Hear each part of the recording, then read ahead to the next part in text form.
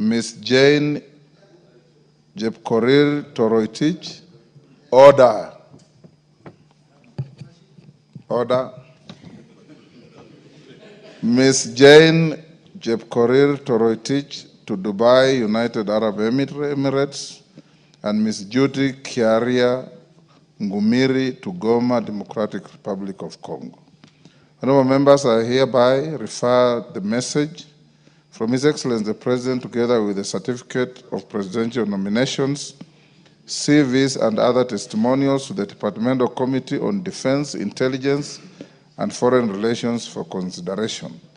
Honorable members, Section 8 of the Public Appointments Parliamentary Approval Act, Cap 7F, provides that unless otherwise provided in law, the committee to which such nomination is referred shall consider the matter and table a report within 28 days.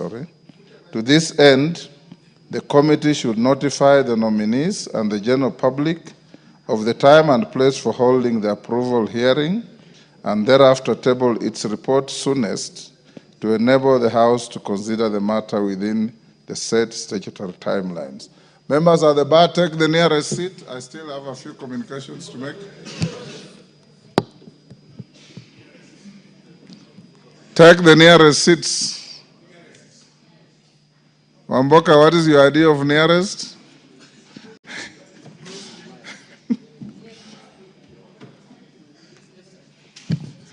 Thank you, honorable members. The second message is also from His Excellency the President on nomination of persons for appointment as Registrar and Assistant Registrar of political parties. Honorable members, pursuant to the provision of Standing Order 42.1, I wish to report to the House that I have received a message from His Excellency the President regarding the nomination of persons for appointment as a Registrar and Assistant Registrar of political parties. In the message, honorable members, His Excellency the President conveys that in exercise of the powers conferred to him by the provisions of Section 34A and the 6th Schedule to the Political Parties Act, Cap 7D, as read together with Section 5 of the Public Appointments Parliamentary Approval Act, Cap 7F, he has nominated Mr. John Cox Lorionoku and Ms. Agatha Wanjiku Wahome to the positions of Registrar of Political Parties and Assistant Registrar of Political Parties, respectively, and now seeks the approval for appointment by the House. Honorable members, Standing Order 45 provides that upon receipt of notification of a nomination for appointment, such nomination shall stand committed to the relevant departmental committee for consideration. In this regard, I hereby refer the message from His Excellency the President together with the CVs and other testimonials of the nominees to the Departmental Committee on Justice and Legal Affairs for consideration. Honorable members, paragraph 6 of the 6th Schedule to the Political Parties Act, Cap 7D, provides that the National Assembly shall within 21 days of the receipt of the names of the nominees consider the nominees and approve or reject the nominations. In this regard, the committee is expected to process and notify the nominees and the general public of the place for holding the approval hearings, and thereafter table its report for consideration by the House. Honorable members, noting that the House is scheduled to commence its long recess from tomorrow, Wednesday, 20th August 2025, the committee will be required to table its report when the House next sits. I thank you. Members at the bar, take the nearest seats.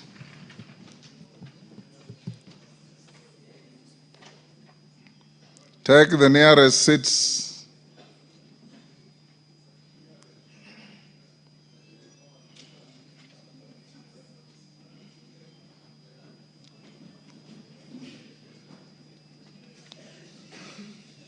Member for Pokot, take the nearest seat.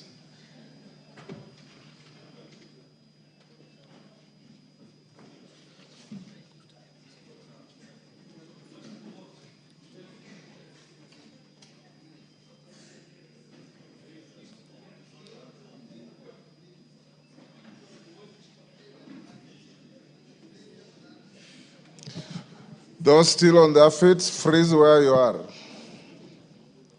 Honorable members, the next message is from His Excellency the President, a referral by His Excellency the President of the Wildlife Conservation and Management Amendment Bill, National Assembly Bill number 3 of 2023. Honorable members, pursuant to the provisions of Standing Order 42, I wish to report to the House that I have received a message from His Excellency the President regarding the referral of the Wildlife Conservation and Management Amendment Bill, National Assembly Bill number 3 of 2023. Honorable members, His Excellency the President conveys that pursuant to the provisions of Article 115(1)(b) of the Constitution, he has considered the bill and referred it back to the National Assembly for reconsideration, expressing reservations on the bill. In the presidential memorandum, His Excellency the President has expressed reservations on Clause 2 of the bill. Further, His Excellency the President has proposed to amend the said clause and also introduce a new provision. His Excellency now requests the House to reconsider the bill in accordance with the provisions of Article 115 of the Constitution. Honorable members, you may recall that this House passed the bill on 18th June 2025, following which I presented the bill to His Excellency the President for assent in accordance with the provisions of the Constitution. This House is therefore required to consider the President's reservation to the specified clause. Standing Order 154.2 requires the House to consider the President's reservations within 21 days upon receipt of the memorandum. In this regard, the Presidential Memorandum stands committed to the Departmental Committee on Tourism and Wildlife for consideration. The committee should prioritize the consideration of the President's reservation on the bill and table its report soonest to allow the House to conclude the reservations within their timelines. Honorable members, I hasten to guide that the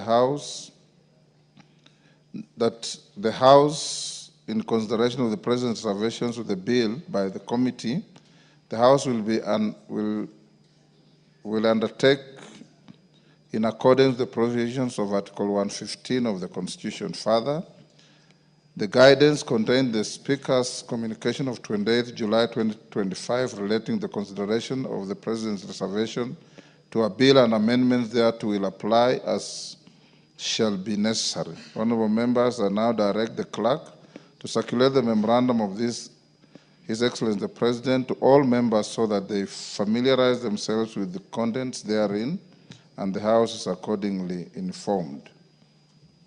The next members at the bar, take the nearest seats.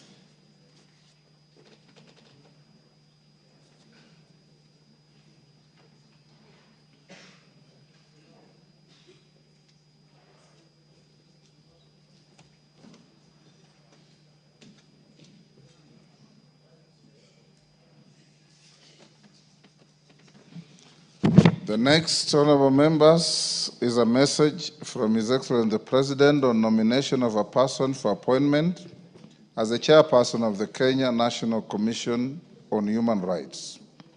Honorable members, pursuant to the provisions of Standing Order 42.1, I wish to report to the House that I have received a message from His Excellency the President regarding the nomination of a person for appointment as the chairperson of the Kenya National Commission on Human Rights. In the message, honorable members, His Excellency the President conveys that in exercise of the powers conferred by Article 252(b) of the Constitution, Section 11 of the Kenya National Commission on Human Rights Act Cap 71, as read together with Section 5 of the Public Appointments Parliamentary Approval Act Cap 7F, he has nominated Ms. Clarice Awor Onganga for appointment as the chairperson of the Kenya National Commission on Human Rights. His Excellency the President now therefore seeks the approval of the House. Honorable members, you recall that on Tuesday, 12th August 2025, I notified the House about the withdrawal by notice in writing to the clerk of Dr. Duncan Obur Ojwang, the nominee who had been nominated for appointment to that position. Consequently, pursuant to the provision of Section 610 of the Public Appointments Parliamentary Approval Act, the candidate's nomination lapsed. The nomination of Ms. Clarice Awor Onganga is therefore consequent upon that withdrawal. In view of this, honorable members, I hereby refer the message from His Excellency the President together with the CV and the report of the selection panel and other testimonials of the nominee to the Departmental Committee on Justice and Legal Affairs for consideration in line with Standing Order 45. Honorable members, whereas Section 8 of the Public Appointments Parliamentary Approval Act, Cap 7F, requires the House to make a decision on the nomination within 28 days, Section 11(7) of the Kenya National Commission on Human Rights Act, Cap 71, provides for a lesser period being 21 days. In this regard, honorable members, the committee is expected to undertake the approval hearings and submit a report within the timelines provided for in the Kenya National Commission on Human Rights Act, Cap 71, that is 21 days. To this end, the committee should notify the nominee and the general public of the time and place for holding the approval hearing, and thereafter table its report soonest to enable the House to consider the matter within the set statutory timelines. I thank you. Members, the last is a message from the Senate on the passage of 5 Senate bills. Honorable members, pursuant to the provisions of Standing Order 41(4), I wish to report to the House that I have received 5 messages from the Senate regarding its consideration of 5 Senate bills. Honorable members, the messages convey that on Thursday,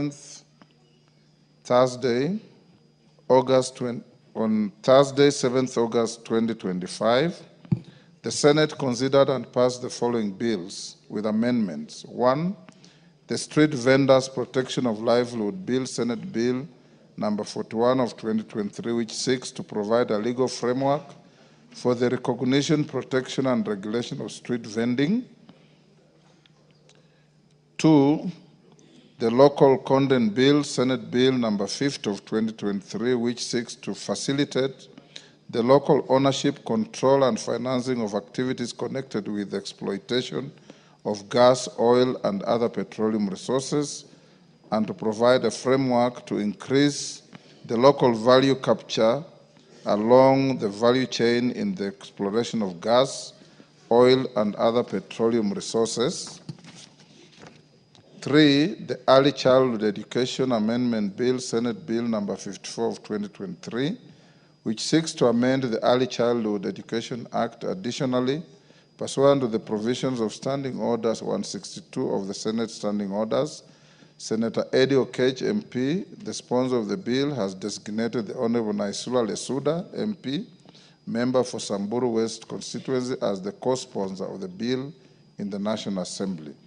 And 4, the Creative Economy Support Bill, Senate Bill number 30 of 2024, which seeks to establish mechanisms for the support of the creative industry to the economy and to establish the Creatives Fund. Additionally, in accordance with Standing Order 162.2 of the Senate Standing Orders, Senator Eddie Okech, MP, the sponsor of the bill, has designated Honorable Irene Mayaka, MP, nominated member, as the co-sponsor of the bill in the National Assembly.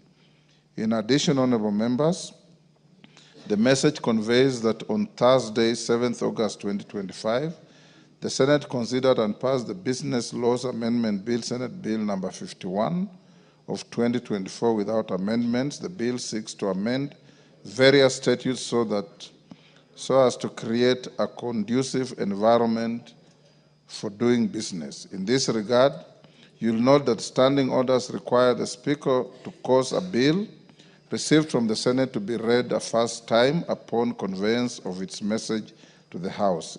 In view of this, and noting that the House will proceed on recess at the rise of today's sitting, I direct the clerk to schedule the 5 Senate bills in the order paper for first reading when the House resumes.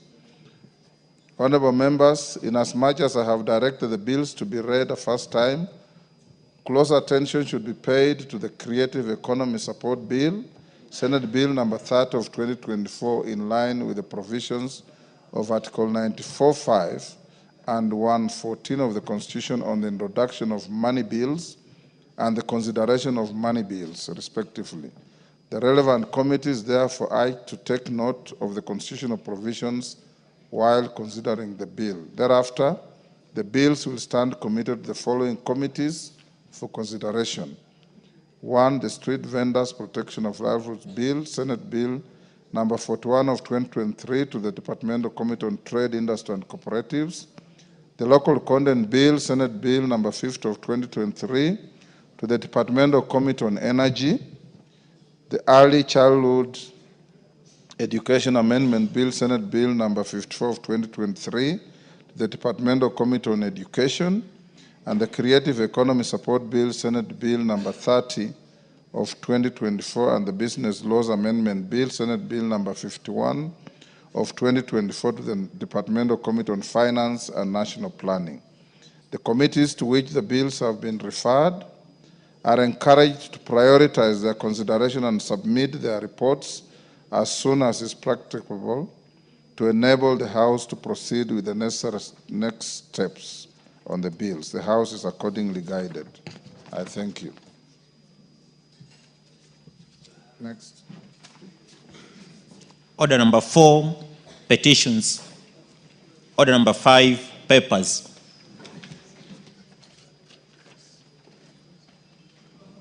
Majority Leader. Thank you, Honorable Speaker. Honorable Speaker, I beg to lay the following papers on the table of the House today, Tuesday, August 19th, 2025, in the afternoon sitting. 1, draft legal notice relating to the crops, fiber crops and crop fibers regulations 2025 from the Ministry of Agriculture and Livestock Development. And 2, quarterly economic and budgetary review report, fourth quarter for the financial year 2024-2025 for the period ending 30th June 2025 from the National Treasury. Honorable Speaker, I beg to lay. Thank you, Owen.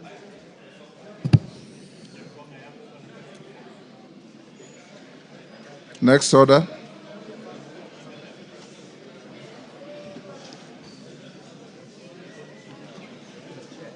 Yes.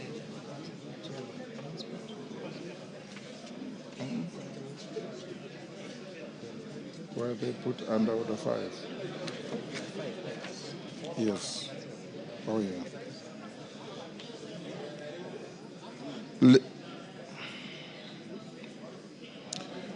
Chairperson, Departmental Committee on Transport and Infrastructure. Other members. Thank you, Honorable Chair. Honorable Speaker, I beg to read the following paper on the table of the House today, Tuesday, 19th August 2025. Report on the Departmental Committee on Transport and Infrastructure on this consideration of the Kenya Roads Amendment Bill number 3, Bill National Assembly Bill number the House Business Committee, where this matter was deliberated, to second. Junet. Mr. Speaker, I second. Members on their feet, take your seats. Honorable members, I now propose the question at order number 9, which is that notwithstanding the resolutions of the House of 13th February 2025 and 7th August 2025, and pursuant the provisions of Standing Order 28-4 calendar of the Assembly, this House resolves to further alter its calendar, 1, so as to commence the long recess on Wednesday, 20th August 2025, and end it on Monday, 22nd September 2025, and 2, resume regular sittings on Tuesday, 23rd September 2025, to commence the third part of the session. We put the question. I now put the question at order number 9, which is that notwithstanding the resolutions of the House of 13th February 2025 and 7th August 2025, and pursuant the provisions of Standing Order 28-4 calendar of the Assembly, this House resolves to further alter the calendar so as to commence the long recess on Wednesday, 20th August 2025, and end it on Monday, 22nd September 2025, and resume the regular sittings on Tuesday, 23rd September 2025, to commence the third part of the session. As members of that opinion say aye. Will those of the contrary opinion say nay? The ayes have it. Next. Order number 10, the Advocates Amendment Bill, National Assembly Bill number 24 of 2025, first reading. A bill for an act of parliament to amend the Advocates Act. Order number 7, questions and statements. Let me start with Dan Wanyama.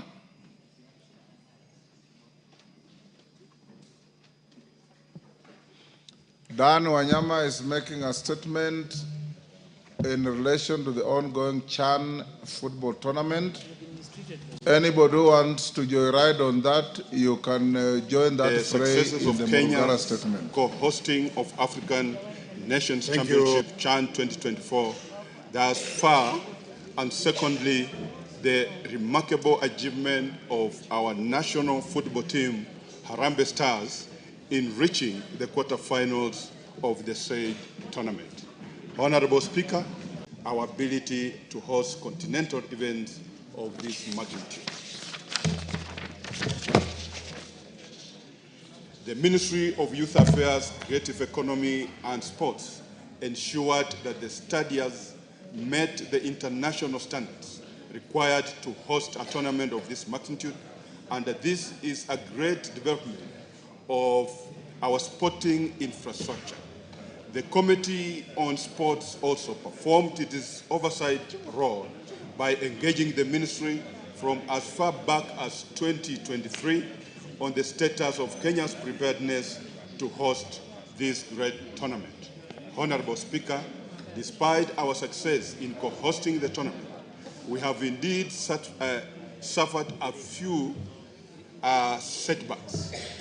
The House will recall that on 10th August at Kasarani Stadium, challenges of crowd control and the ticketing breakdown posed a serious threat to the tournament. The situation resulted in sanctions imposed by Confederation of African Football, that's CAF, guided the advice from the committee to the local organizing committee, that is LOC, and the Ministry of Youth Affairs, Creative Economy and Sports.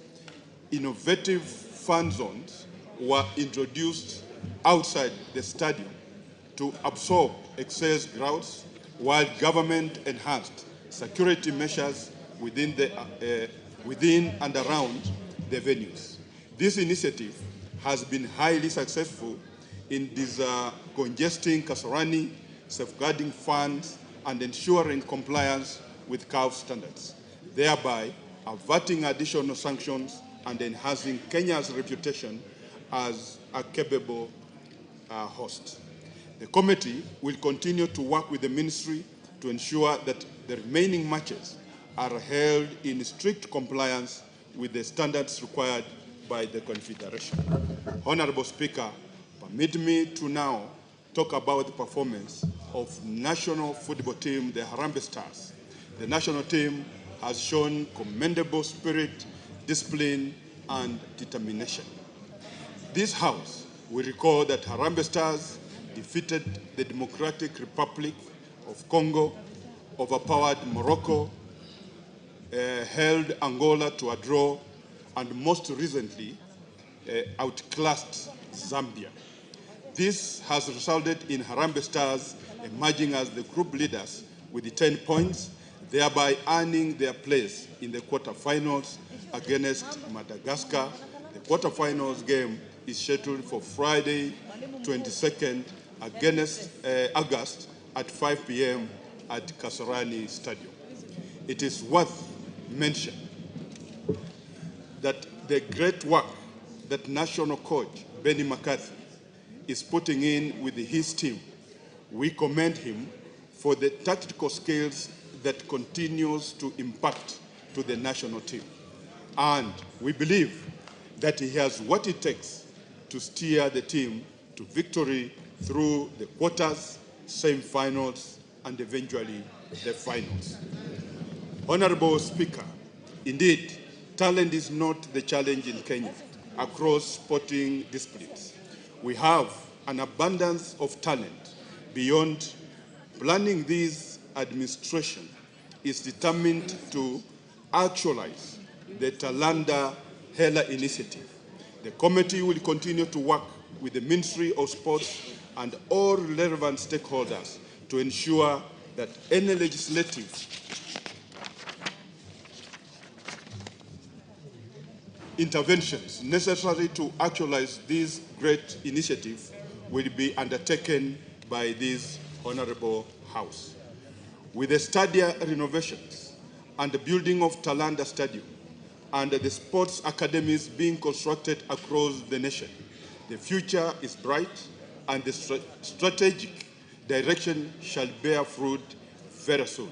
Indeed, we have demonstrated our ability to host international tournaments, and the infrastructure shall be available long after Chad. We can start aspiring for the Africa Cup of Nations, AFCON, and for other sporting events as well. Honorable Speaker, I wish to thank His Excellency, the President, for motivation that he has accorded to the national football team.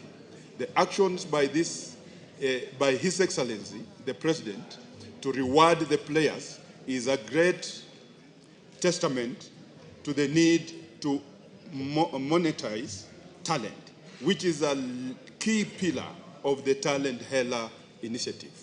This will go a long way in motivating players to be the best that they can be, and will also ensure that they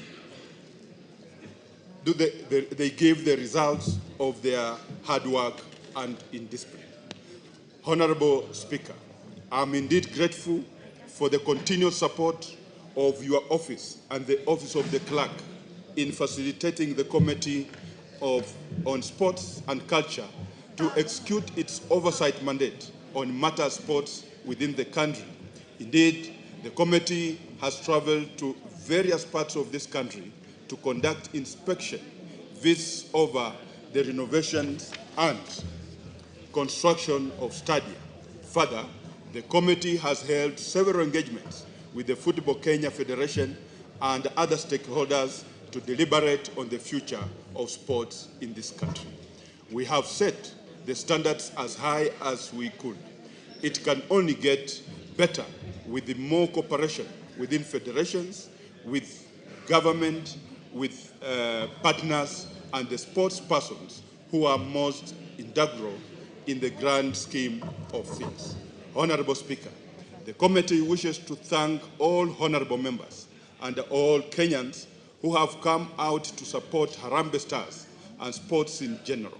I also extend gratitude on behalf of all the teams and sports persons who continue to fly our flag and make our anthem to be played in international podiums. We shall continue the journey and mark the milestone. Kenya stands at a pivotal moment in the football journey. Co-hosting CHAN 2024 is not just a sporting event. It is a national project that carries economic, diplomatic, and cultural significance. The Harambee Stars, as our ambassadors, deserve our unwavering support. As I conclude, allow me to commend the Malkia Stars Under-20 team that won the African Under-20 Championship in Cameroon by beating the host nation 3-1. I thank you, Honorable Speaker. Thank you, honorable members. I've been requested to give an opportunity to Honorable Otienda Mola as the captain of the Bunge football team to complement that statement. Honorable Otienda Mola. Thank you, Mr. Speaker. Let me thank Honorable Dan Wanyama and the Sports Committee. On behalf of the Bunge football team, a couple of whose members are here, I see Jack Wanami, Kaikai, Maungu, Mogaka, and a host. Oh, yes, and Yesu himself. Well, that's a different team. I was talking about the male one because you. Anyway, I have a very short time. So let me finish this. I want to congratulate the Harambee Stars, because even the Harambee Stars comprises only of men. So there's the women's football and men's football, and it's not discriminating. It's just that there's each with their own line. Mr. Speaker, I am happier to give these congratulations, unlike matters I will be speaking to later that have brought me much sadness. But on this, I am very happy to congratulate first the players. Secondly, the technical team. Thirdly, the federation itself. Number 4, the Kenyans themselves. And not just Kenyans, East Africans. Number 5, the president, but also ourselves. I will explain. First of all, Mr. Speaker, let me thank the members. Many do not know that when Harambee Stars were preparing in their final 2 and 3 days, we as Bunge FC mobilized ourselves to just go and encourage them where they were training at the Police Circle Stadium. And you'd be surprised how encouraged the boys were, some of them from some constituencies that we come in, some from elsewhere, and they were just happy to shake hands, to play around with the ball, and we hope that that was helpful.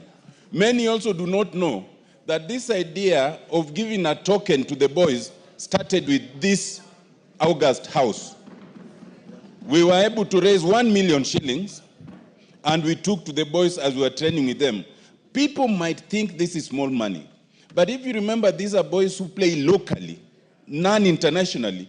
Those encouragements are very good.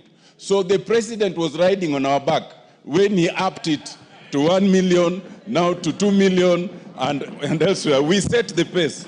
But lastly, Mr. Speaker, I want us to be conscious of the fact that we are co-hosting. It's not just Kenya. Tanzania is co-hosting, Uganda is co-hosting, and the good news is that each of our countries have qualified for the quarters.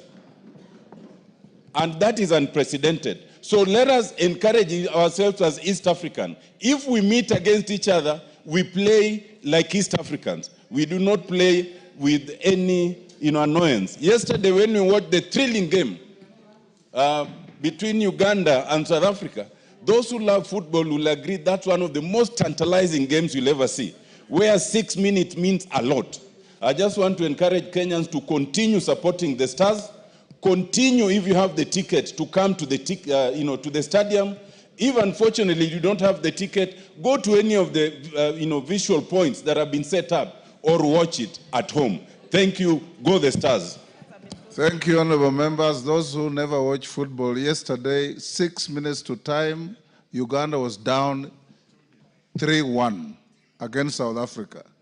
And in 6 minutes, they rallied their strength and scored twice to draw and qualify. Honorable members, this CHAN has reignited our spirit of football. Those who watched football in the early years can remember the phenomenal team of Mohamed Abbas, Hussein Heri, John Bobby Okola, Josephat Murila, Ambrose Ayoyi, Wilberforce Mulamba, JJ Masiga, Onyango Jogo, and many others who made this country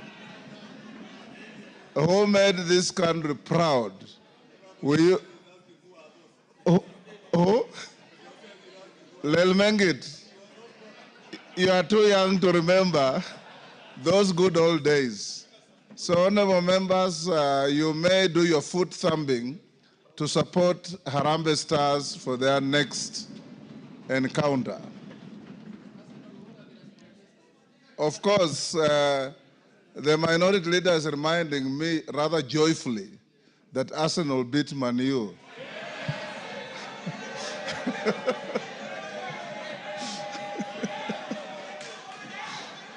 Yes, Millie. Yes, Millie. Millie, what is it? Thank you, Mr. Speaker. As a Man U fan, I cannot be in this house when the minority leader is trying to cast aspersions on the great team. When we sympathize with the small teams like Arsenal that my husband supports, small teams, those are useless teams. But Mr. Speaker, I hope my husband is not watching this one. Order, honorable members. Order. Yes, Junet. Mr. Speaker, if you watch the game between Arsenal and Man U on Sunday, you can only pity them because, Mr. Speaker, Man U was playing like Rosinga Island Football Club.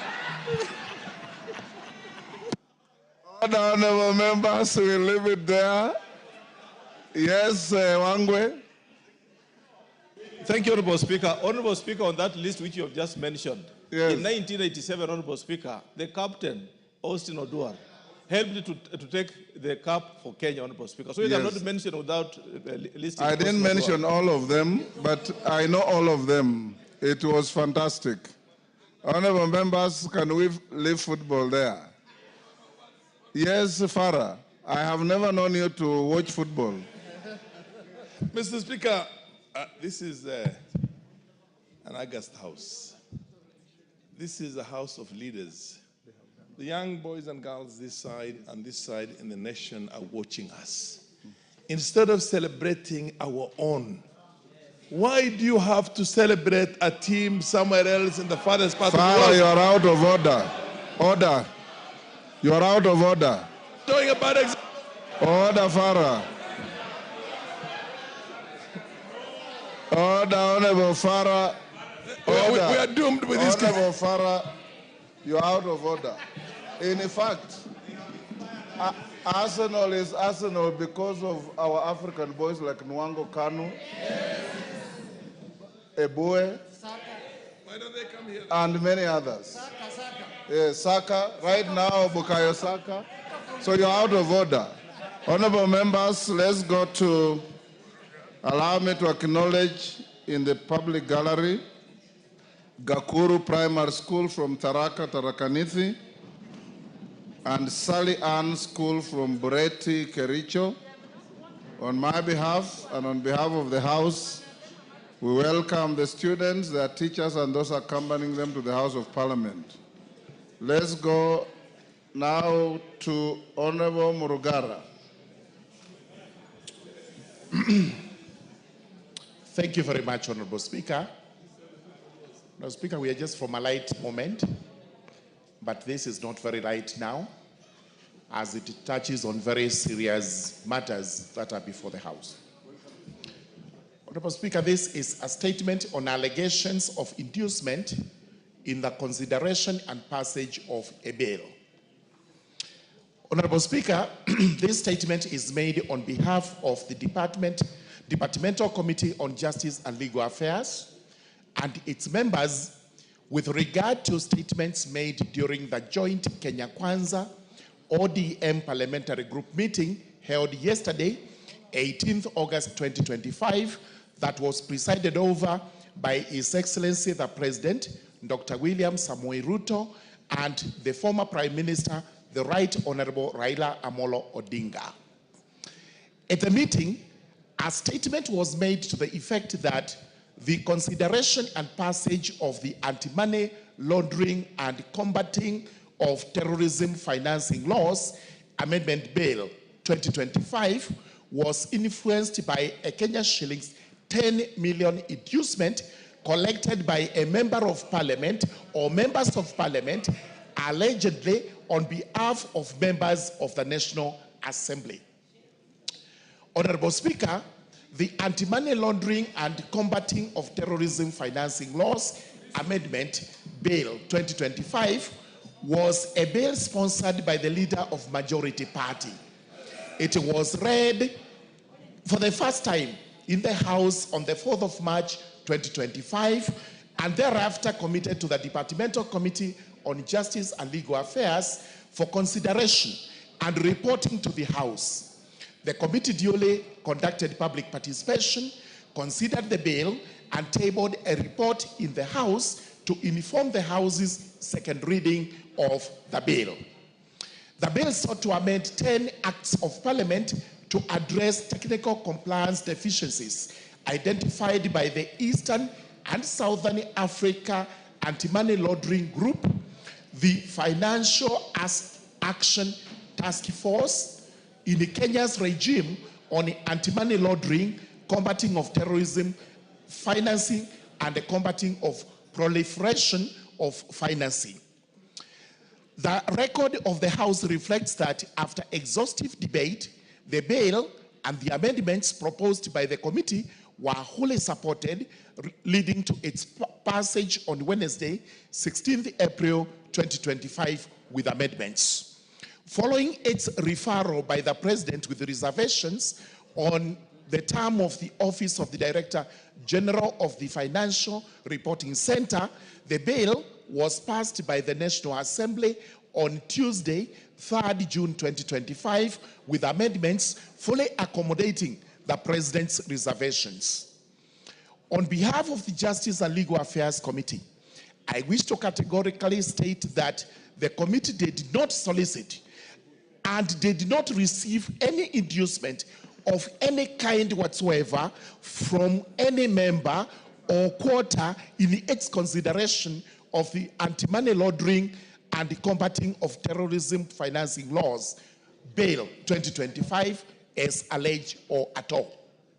The Departmental Committee on Justice and Legal Affairs and its members are fully cognizant of the principles of leadership, ethics, and integrity which bind the members of Parliament.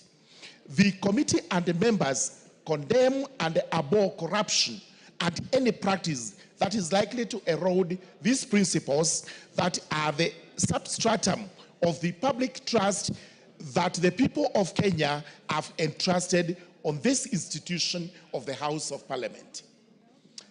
Having deliberated over the matter and considering that the bill in question was a government bill whose contents were supported by the House, the committee poses the following 4 questions.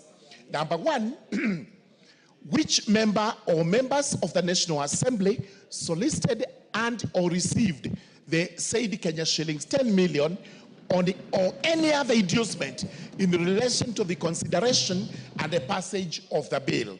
Number 2, who gave the alleged inducement? Number 3, what was the purpose of the inducement? And number 4, have the allegations been reported to the relevant law enforcement agencies? The committee notes that any inducement with respect to the bill could only have been given by to persons opposed to the strengthening of the laws against anti-money laundering, terrorism, financing, and related offenses. Only a person or entity that engages in corrupt practices, or wash, as is popularly known, could have opposed the passage of the bill. The fact that the committee recommended the passage of the bill and ensured its enactment into an act of parliament that is now in force speaks for itself.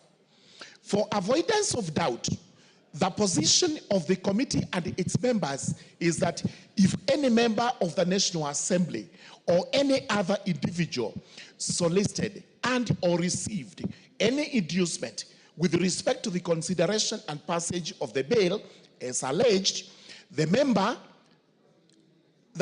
member or individual is a criminal. Such a person ought to be investigated by the Ethics and Anti-Corruption Commission or the Directorate of Criminal Investigations, or even the committee of this House charged with the responsibility on such matters, prosecuted, and if found culpable to face the force of the law to the fullest. Such conduct has no place in the discharge of the mandate of the National Assembly and in the society of Kenya as a whole. The committee urges any person with information against any member of the National Assembly or any other individual with respect to the allegations to submit the information to the Parliamentary Powers and the Privileges Committee, which has always risen to the occasion and has jealously protected the integrity of the House and the members. Needless to add that the Justice and Legal Affairs Committee is one of the busiest committees in this House. It is unrivaled by the Finance Committee.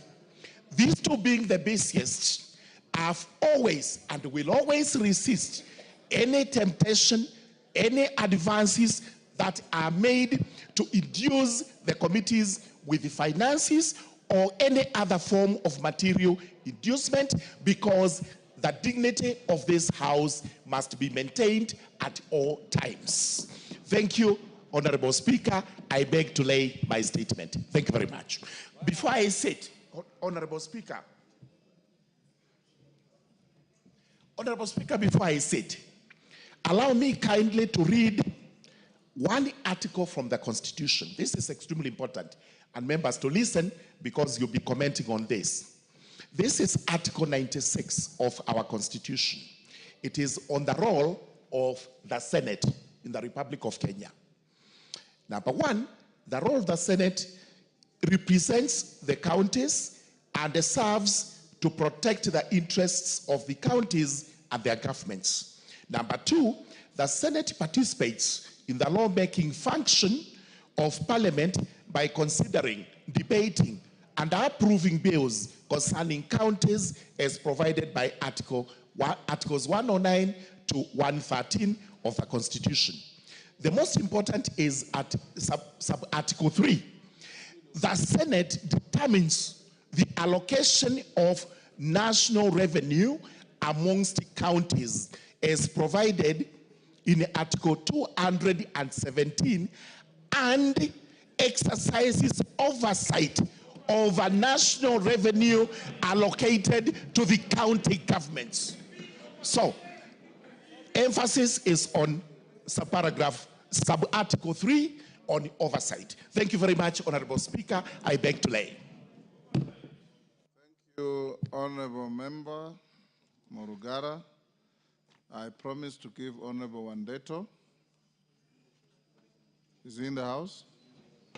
Honorable Wandeto, on the basis that he had a motion of adjournment, which was to talk us to the statement by Honorable Morugara, and I discussed with him and told him I'll give him the first shot.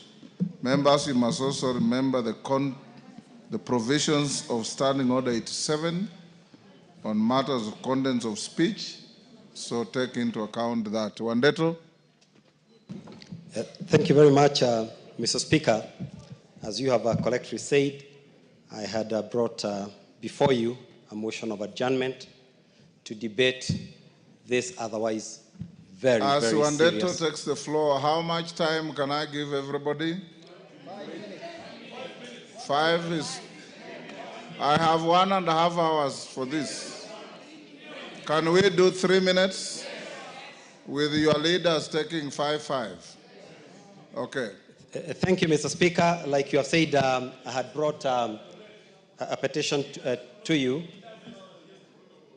Mr. Speaker, you need to protect me. Yes, give Wandeto an opportunity. Wandeto, you have 3 minutes to compose your... Yes, thank you. So, Mr. Speaker, I would like to start by saying that this House, the House of Parliament, is a temple of democracy in this country. This is where the will of the people is exercised in accordance with Article 95 of our Constitution.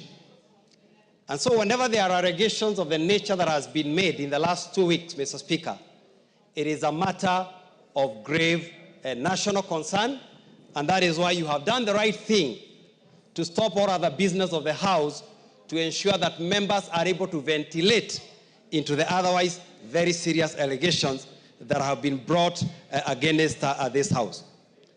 Mr. Speaker, I am very committed to the principles in the Constitution of integrity, transparency, and good governance. And Mr. Speaker, what we have seen the last 2 weeks is worrying. It started, I think, 2 weeks ago with an allegation by a senior member of the executive that there is indeed allegations of bribery within Parliament. I was at the devolution conference last week in Homa Bay, and none other than His Excellency repeated the same. The following day, the Prime Minister repeated the same, that there is a lot of bribery and corruption going on in this House.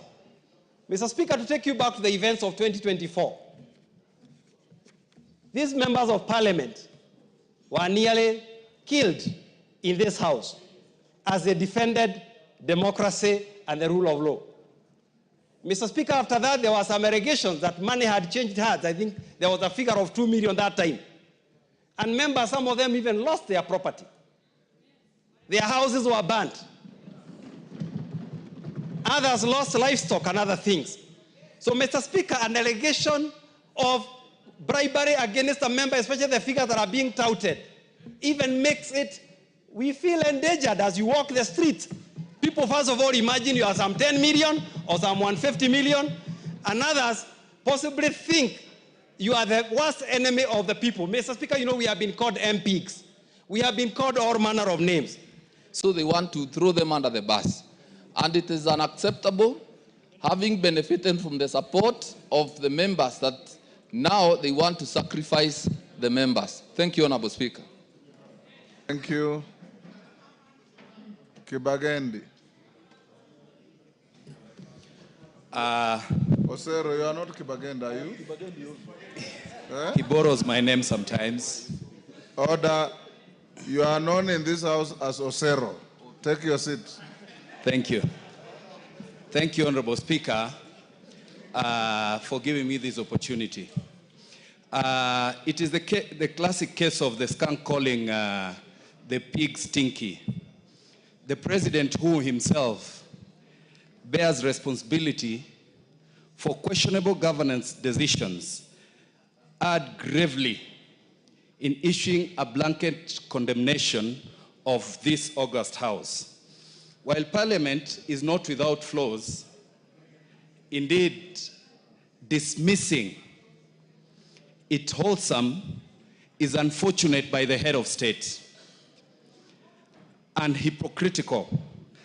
Ya education imeshindikana, ile ya ECD, mambo ya maji shida, wakilimbikiziwa hizi pesa kama zile ndogo zimeshindikana pale kwa counties, wakiongezwa za NGCDF maeneo bunge 7, 8 na ile Nairobi iliyo na maeneo bunge mengi, wataweza vipi kutuonyesha kazi inafanyika? Alafu sisi tutakuja hapa, Mheshimiwa Speaker, tuwe flower girls sisi women rep na wale wa mama wengine kunywa chai tu, tutakuwa tuko kibaruani, lakini yule mtoto wa maskini wa Kenya atafanya nini? Atapiga kura vipi? Apigie nini na tumaini gani?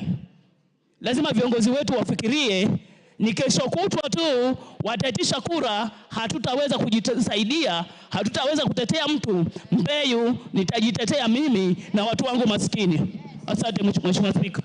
Omboko Milemba. Thank you, Honorable Speaker. I think this is a very great opportunity from the President and the Honorable Raila Amolo Odinga to call out Parliament. And this is a great opportunity for the 13th Parliament to take this opportunity to actually deal with the elephant of corruption. You don't underrate when Raila Amolo Odinga stands up and says something. You don't underrate when President Ruto rises up to say something. And therefore, the way we deal with this matter will be very important, and the 13th Parliament has been given this opportunity.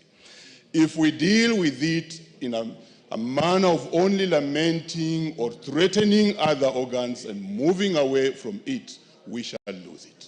The correct way to deal with this matter is to dissect it squarely, the way the chair did put it. That we establish a commission, we establish a parliamentary committee, we establish within our own standing orders a unit that will investigate this matter to the very end. Remember, the person who spoke to this, who is the president, has intelligence, and I hear, though I did not attend the meeting, that he did indicate that he gets this raw intelligence. And then this would roll out to every other sector, including the executive and other players. If there's anything that Kenyans are crying of, is corruption. And if we are being mentioned on this wholesomely, we have to dissect it squarely and then move to the other players within the executive. Are you aware that there could be executive members who could go to the president and pick money, say they are taking that money to parliament, and they come here, they don't give money, and that thing could be going on. This could be a bigger scheme which this House can now take and look into the details. For instance, Parliament has been standing with the executive. How much money did you receive when you did pass the housing bill? How much money did you receive when you passed SHA? How much money did you receive when you did deal with finance bill? And many other bills that we have dealt with. So we need to deal with these things squarely. There are many other issues that we do pass here. And if we go that direction, we shall save the Kenyans. We shall actually start dealing with the elephant of corruption, beginning with this House, and then rolling it out. I am also sad that there's unconstitutional statements that are being pronounced very quickly. Look at this. We need to defend the Constitution and the independence of this House. When you talk about the lack of Senate's role in counties, mark that. It needs to be dealt with by this House. When you talk about CDF, I don't want to belabor on this one because it has been thoroughly flogged. But look at this. There's another one flowing down ourselves, that we need to devolve education. Look at what health is happening. And it also came from the two leaders. I think it was Raila Amolo Odinga that we devolve education. Health is dead. We are now speaking of devolving education to the counties. We shall not have education. So this is a very good opportunity. But look at this. Independence of the House. Time is up. Give him 30 seconds.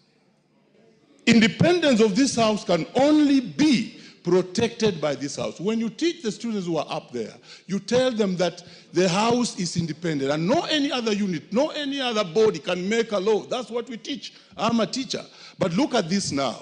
How many bills are we getting being referred back to the House under the article which requires that you raise 2/3 majority? Those are issues that this parliament must now stand on and make good law.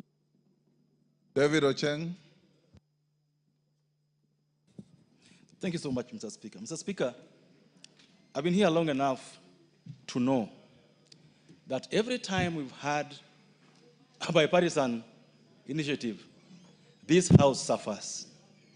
I remember in the 11th Parliament, when the President and Raila came together at that time on IBC, we were brought here one afternoon, we were told, pass these bills, no removal of a comma, no full stop being removed. When BBI came, the same thing. Now we have this opportunity, and I thought this would be used to bring the country together and fight these ills together. Corruption has been pointed out as the biggest ill we've had. And all those initiatives, the one of Uhuru and Raila, the one now, corruption was at the forefront to be fought.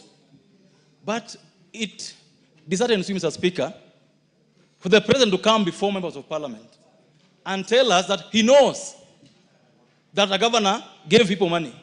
He knows that an MP was given money. And those governors and those MPs are not arrested. What does he want us to do? Are we police? If you're the president and you know those who are stealing, why don't you arrest them? Why do you come to tell us? What do I have to do with it? You are the president. You are saying you want to fight corruption. And you know those who are stealing. What are you waiting for? Is it our business? Everyone should carry out their functions. This president gave us a finance bill. That was very unpopular. We passed it for him. This president gave us a housing levy. Very unpopular. We passed it for him.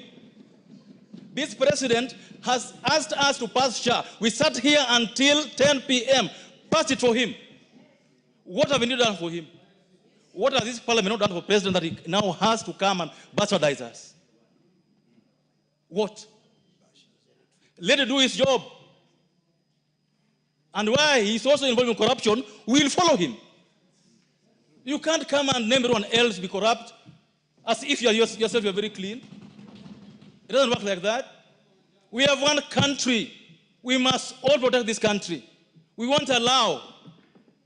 We are not begging for CDF. We don't use CDF money ourselves. We're not begging for CDF to be kept. Senate should not beg to carry out his functions. It is not the job of Raila to tell us what the law says. It can't be. This House must take back seriously going forward. And if there's a PS or a minister stealing money, let us deal with them. But we can't allow people to come and start reading for us Riot Act as if themselves they are very clean. This parliament must reclaim its place in history. Give him 30 seconds. Mr. Speaker, I was very happy yesterday with our leadership, because you cannot go before governors, abuse us, insult us, then call us. Instead of telling us why you called us, you start lecturing us on matters that you should deal with personally. Mr. Speaker, I want to request our leaders today, leadership of Parliament, let's deal with the issue the President has raised, but let's not be beggars. CDF, we must sit here as members of Parliament, make sure that CDF is entered in the Constitution. We can't allow people who don't sit in Parliament to control what we do in this Parliament, Mr. Speaker. It is wrong, and we must deal with it. Thank you. Your time is up. Ferdinand Wanyonyi. The Speaker, I just want to take this very seriously. I'm doing my third term in this House. And this House must be respected. Members who are here, I want to tell you, you actually have lost, you are losing your integrity out there. And our discussion here, Mr. Speaker, is not because we are defending ourselves. It's because of these allegations. I would have expected head of state to call us in the Kamukunji privately and expose to us, telling us exactly what he has heard. But instead, actually, we have been exposed.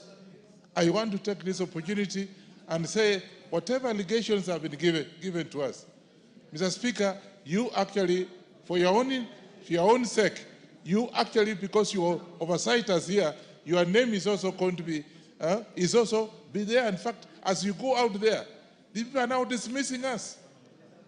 I remember just 2 days ago, I gave out money, and they were saying, you are a millionaire. So I think as far as I'm concerned, if there was anything that was bad, an allegation that actually I've heard, even the Right Honorable Oginga Odinga out there, Jaramogi Oginga Odinga, I think I was so shocked. And he said that even we have no job. We are not supposed to do what we are doing. And yet he knows constitutionally our role here as Kenyans, as members of Parliament. I want to take this opportunity and ask you, Honorable Speaker, get the head of state to come here and tell the Kenyans out there that that was wrong. That what he said was out of order, and that so that people can, otherwise you go out there, what are people talking about us? It's bad out there. So I want to take this opportunity and request you, in your capacity, tell the head of state to come to this House, and whatever he said, he apologizes, because it's actually affecting us as leaders of this country. I think, members, that's what it is. Because out there, if you want to come back, I can tell you, it's not going to be easy. Because you are rich, you are poor, you don't take money out here, because you are bribed and you are not giving money to the people out there. So, Mr. Speaker, I think I want to ask you, kindly get head of state here to come and tell this House so the Kenyans can hear that he was wrong. I think, members, actually, you agree with me. You agree with me. Let Ruto come here and tell the whole country that it was wrong for him to say what he has said. And if he's relying on Oginga Odinga for his re-election, Oginga Odinga died in 1994. Honorable Ferdinand Wanyonyi. I was in this house with the late Jaramogi Oginga Odinga, and he died in 1994.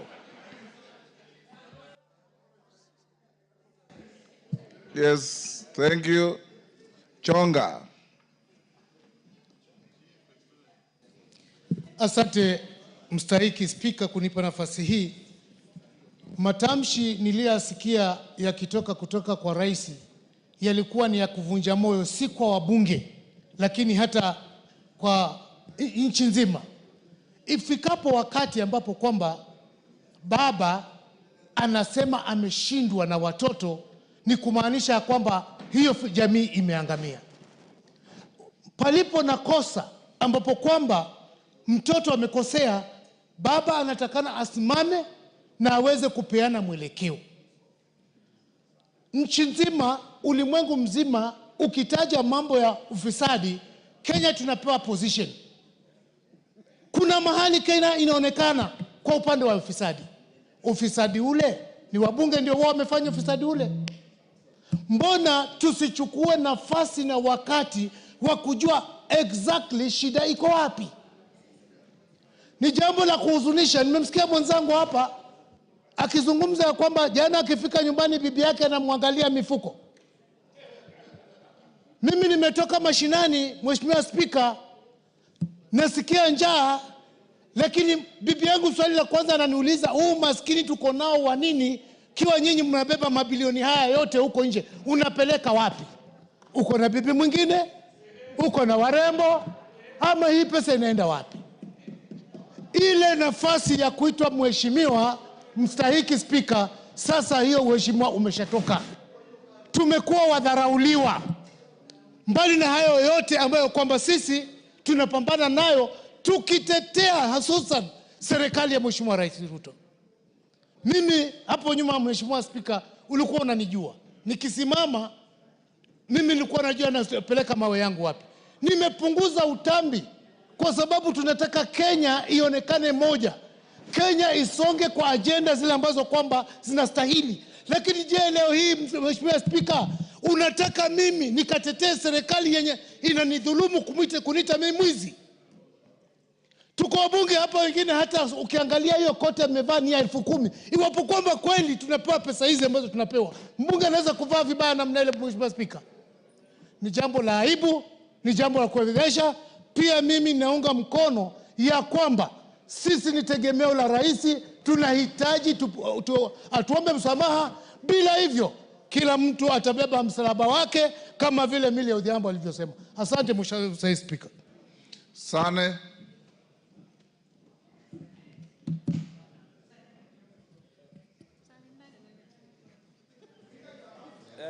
Thank you, Mr. Speaker. You have always stood to support the dignity of this House. Mr. Speaker, the former President Uhuru Kenyatta was on record having said that his government is always daily losing 2 billion shillings in corruption.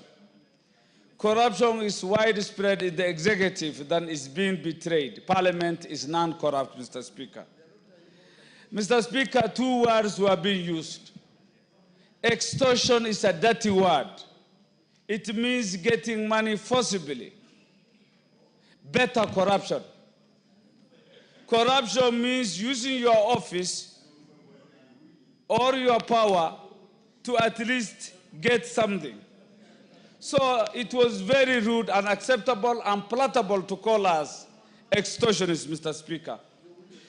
Mr. Speaker, the President, Parliament, tribunals, and the judiciary laterally enjoy delegated powers as per the Constitution. There are separation of powers, and we must respect each other, Mr. Speaker. The Speaker of this Parliament is the Right Honorable Wetangula, and he deserves respect. He leads a team of members. You must be respected, and by extension, we deserve that respect. We conduct business as per the procedures and the Constitution, Mr. Speaker. Mr. Speaker, we have been behaving as if we were conveyor belts for the executive. We have been called to State House, been lectured on government policy, and we have never let down the government of the day in making sure policies were executed and laws were being acted. Mr. Speaker, we have been reprimanded most of the time using the Political Parties Act, that when we speak our mind, we were being told you will be de-whipped, you will face sanctions. I think it is time to revisit the Political Parties Act so that members exercise their discretion and their right to represent their constituents. We can no longer represent others but the people of Kenya, the sovereign, Mr. Speaker. Thank you for your kindness. Junet, we have the last 10 minutes. I gave you 5, I gave you Chumba 5. Mr. Speaker, I want to start from the onset by saying that he who alleges must prove. He who alleges must do what? Must prove, Mr. Speaker. So the burden of proof are with the people who have alleged, not with us at all. Mr. Speaker, Parliament is an institution in this country that has been created by the Constitution. And Parliament, Mr. Speaker, operates under the Constitution. It's an arm of government that every Kenyan who thinks of leadership aspires to be, Mr. Speaker. Mr. Speaker, I have said on this floor before that people think coming to Parliament is an easy thing. If all of them could try to contest for a seat, even for an MCA seat, that is when they will know what an election means. How difficult it is to come to this house, Mr. Speaker. Mr. Speaker, look at the number of people who come out, or the number of people who show interest in every constituency to become members of Parliament. There are more than 10 in every constituency. But the people of Kenya, in their own wisdom, decide to bring one person to this house, Mr. Speaker, at a time. So, Mr. Speaker, that is why members of Parliament are given the title of honorable. It's earned. You earn the title by getting first elected by the people. Then that's when you deserve to be called a honorable member. But, Mr. Speaker, people cannot demonize the institution of Parliament as a whole. If you have a problem with someone, you say it. You say, I have a problem with this and that person. But you cannot demonize the whole institution of Parliament, Mr. Speaker. Because this institution is in place to serve Kenyans. This is the institution that has direct mandate in exercising sovereignty of the people. Sovereignty belongs to the people. It can be exercised directly or through their elected representatives, Mr. Speaker. An elected representative of the people, other than the MCS, are only found in Parliament.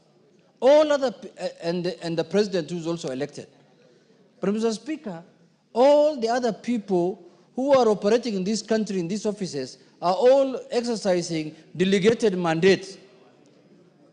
So, Mr. Speaker, my position is, as the leadership of this House, Mr. Speaker, as the minority leader, Mr. Speaker, we will defend Parliament to death.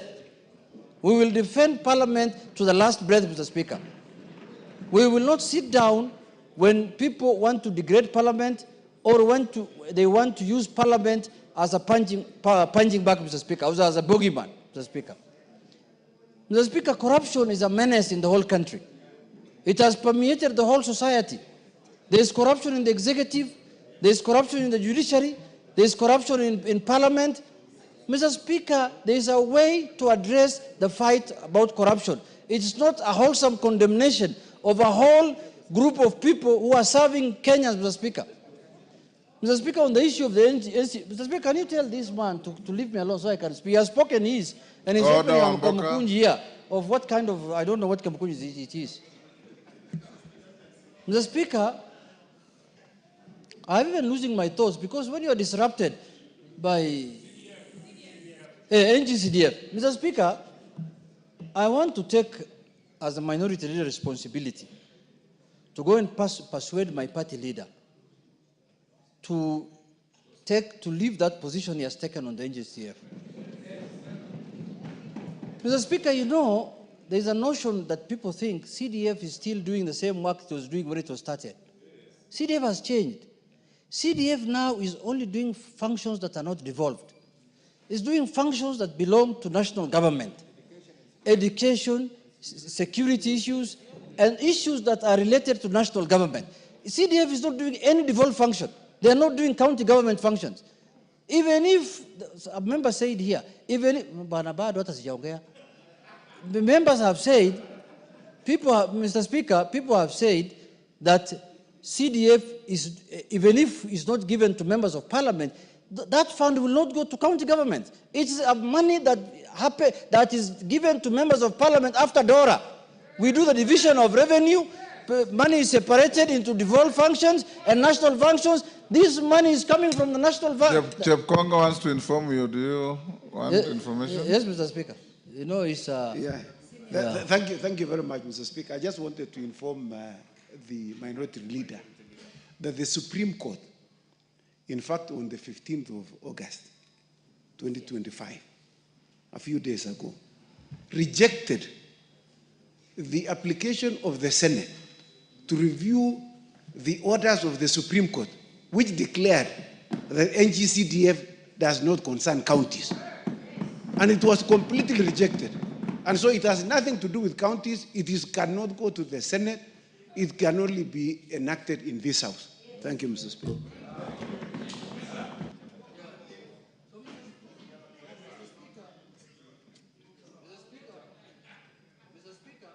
What's happened to the mic?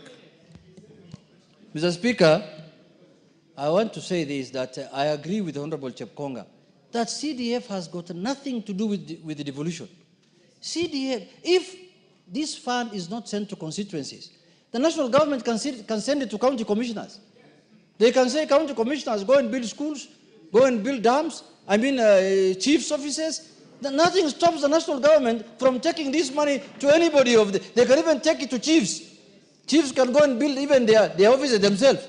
So, Mr. Speaker, first we have to acknowledge that this fund has nothing to do with devolution. It's not taking money that belongs to devolved entities, Mr. Speaker. But, Mr. Speaker, lastly, I want to say that, you know, only important people are normally bashed. When you see the president accusing us of many things, or by my party leader, they know how important this House is. That is why they you know, let us not also take them very serious. Because, you know why I'm saying that? Because everything also they want to do must come through this House. Even if for you to dissolve this NGCDF, there must be some work to be done here in Parliament. Who is going to do it? So, Mr. Speaker, let them have their say. We are going to have our way. That's the position. Let us give them the freedom to to have their say, and we also have our way. But what we know, Mr. Speaker, corruption is not peculiar to Parliament. Corruption, if it is corruption everywhere, and it must be fought in that manner. But if you want to make it sectional, Mr. Speaker, then you will lose the war on corruption. But finally, Mr. Speaker, my final word is that let us come together. Let us do our functions of oversight, representation, and legislation. Mr. Speaker, we have legislated the last 2-3 years under your leadership in this House. We have passed many, and we have the power of the pass. It is us who decide which fund goes to where, as this House, Mr. Speaker. There is no taxation without representation. We have all the powers, Mr. Speaker, and you know the executive cannot operate without Parliament. They can go and say whatever they want to say outside there, but everything they will do must go through this House. Mr. Speaker, if there are allegations of corruption on anyone among us, everybody will carry his own cross.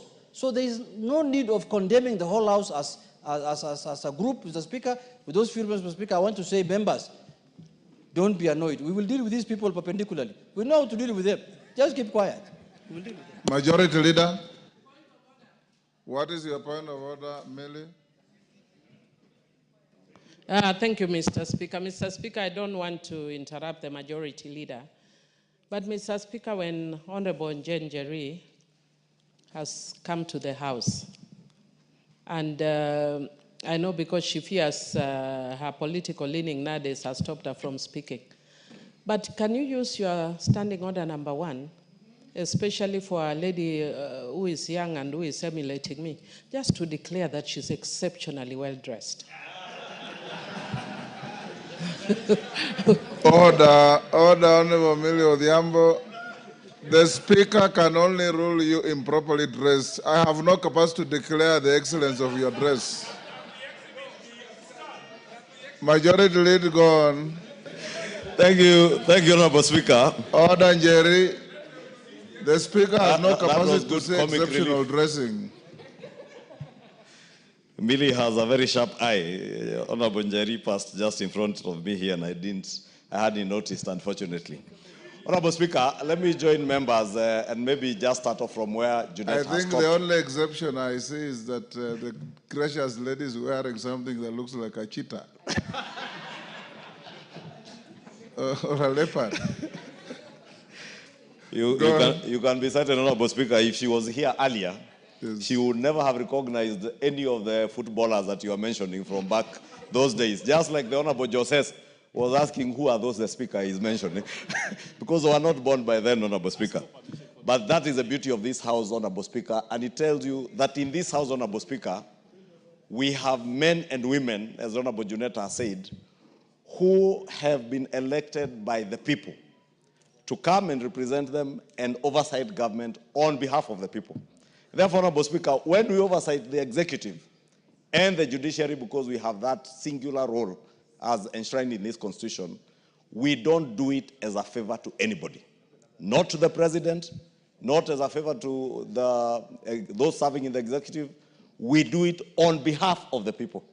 Therefore, I want first to encourage members that nothing and nobody should instill fear in you in doing your work as members of parliament.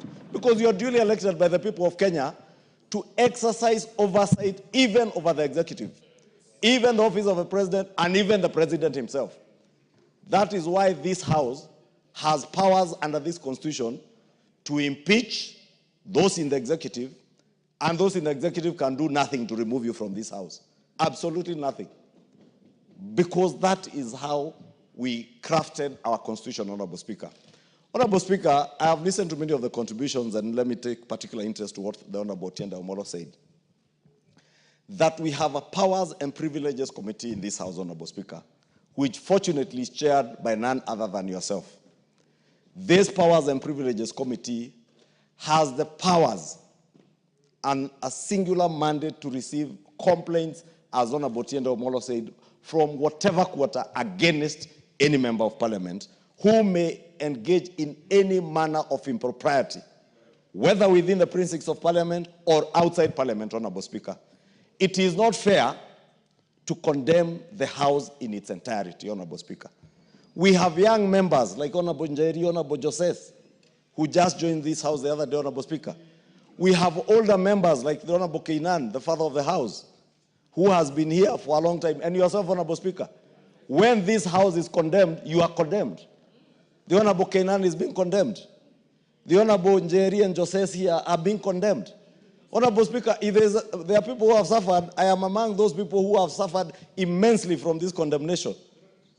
I was a sponsor of that bill the Honorable Murugara was speaking about as leader of the majority. I saw yesterday when figures of 150 million shillings were mentioned that relate to the Senate. There are people who went on social media to say, oh, that is the 150 million Kimani Ichung'wah used to purchase I don't know what where, Honorable Speaker. No, this time they didn't mention a chopper, they were mentioning shares I invested in a bank. But I have invested an investment I have made, Honorable Speaker, from money I have borrowed from our own parliamentary circle and my other circle in Muhasibu. Fortunately, Honorable Speaker, when they banded those stories, thinking they are maligning me, the share price of NHIF has risen by 2 shillings. And therefore, that investment, by the very essence of their maligning stories, has gone up. And today I can liquidate them, pay off my loan, and walk home with a clean, tidy amount, tidy sum. But you cannot vilify me for that. Nobody should vilify any member of parliament because they are members of parliament, Honorable Speaker. When we vilify one person in this House unfairly, we are vilifying the institution of parliament. And we must protect and defend as strongly as we can the integrity, not of even ourselves as individuals, but of the institution of parliament. Because this institution is there to oversight. And we cannot have...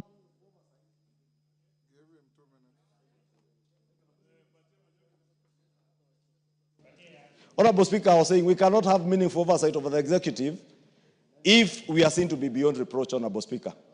Let us use our Powers and Privileges Committee to ensure, Honorable Speaker, if by any chance there is any one of us, and I say any one of us, Honorable Speaker, including myself, who, Honorable Speaker, as the Swahili would say, aliye na tuhuma yoyote, let them be before the Powers and Privileges Committee and also before the investigative agencies like EACC, so that they may take action so that we protect the institution of Parliament, Honorable Speaker.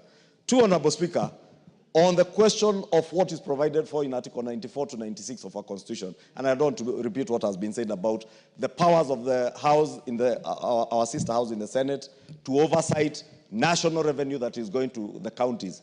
I think it is a matter, and I said it yesterday, Honorable Speaker, in that meeting, that it is a matter that is explicitly provided for in the Constitution. We cannot amend this Constitution by vilifying the institutions of Parliament, whether it is the National Assembly or the Senate. Let us just purpose to live by the tenets of this Constitution. Honorable Speaker, NGCDF. Again, NGCDF is vilified and attacked in this fashionable thing to attack members of Parliament. NGCDF does not belong to members of Parliament. The Kikuyu NGCDF does not belong to Kimani Ichung'wah. Neither does the Eldasa NGCDF belong to the Honorable Kenan Mohammed. Aden Kenan. Honorable Speaker, NGCDF belongs to the people of Kenya, to the constituents who have elected us to come and represent them here. We oversight NGCDF just like any other fund in government. Honorable Speaker, when the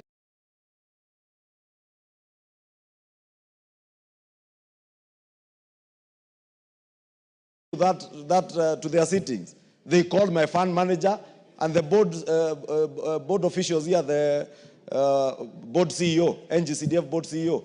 Therefore, Honorable Speaker, we must also protect NGCDF, not for our own sake, not because we have anything to do with NGCDF, because it has everything to do with delivery of public good and services to the people who have elected us to represent them, Honorable Speaker.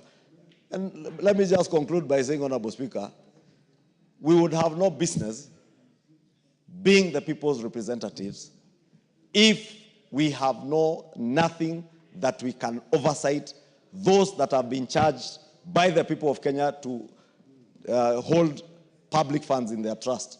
Then we have no business being members of Parliament if we can't oversight. We will have no business being members of Parliament if you will be able to go to your constituency.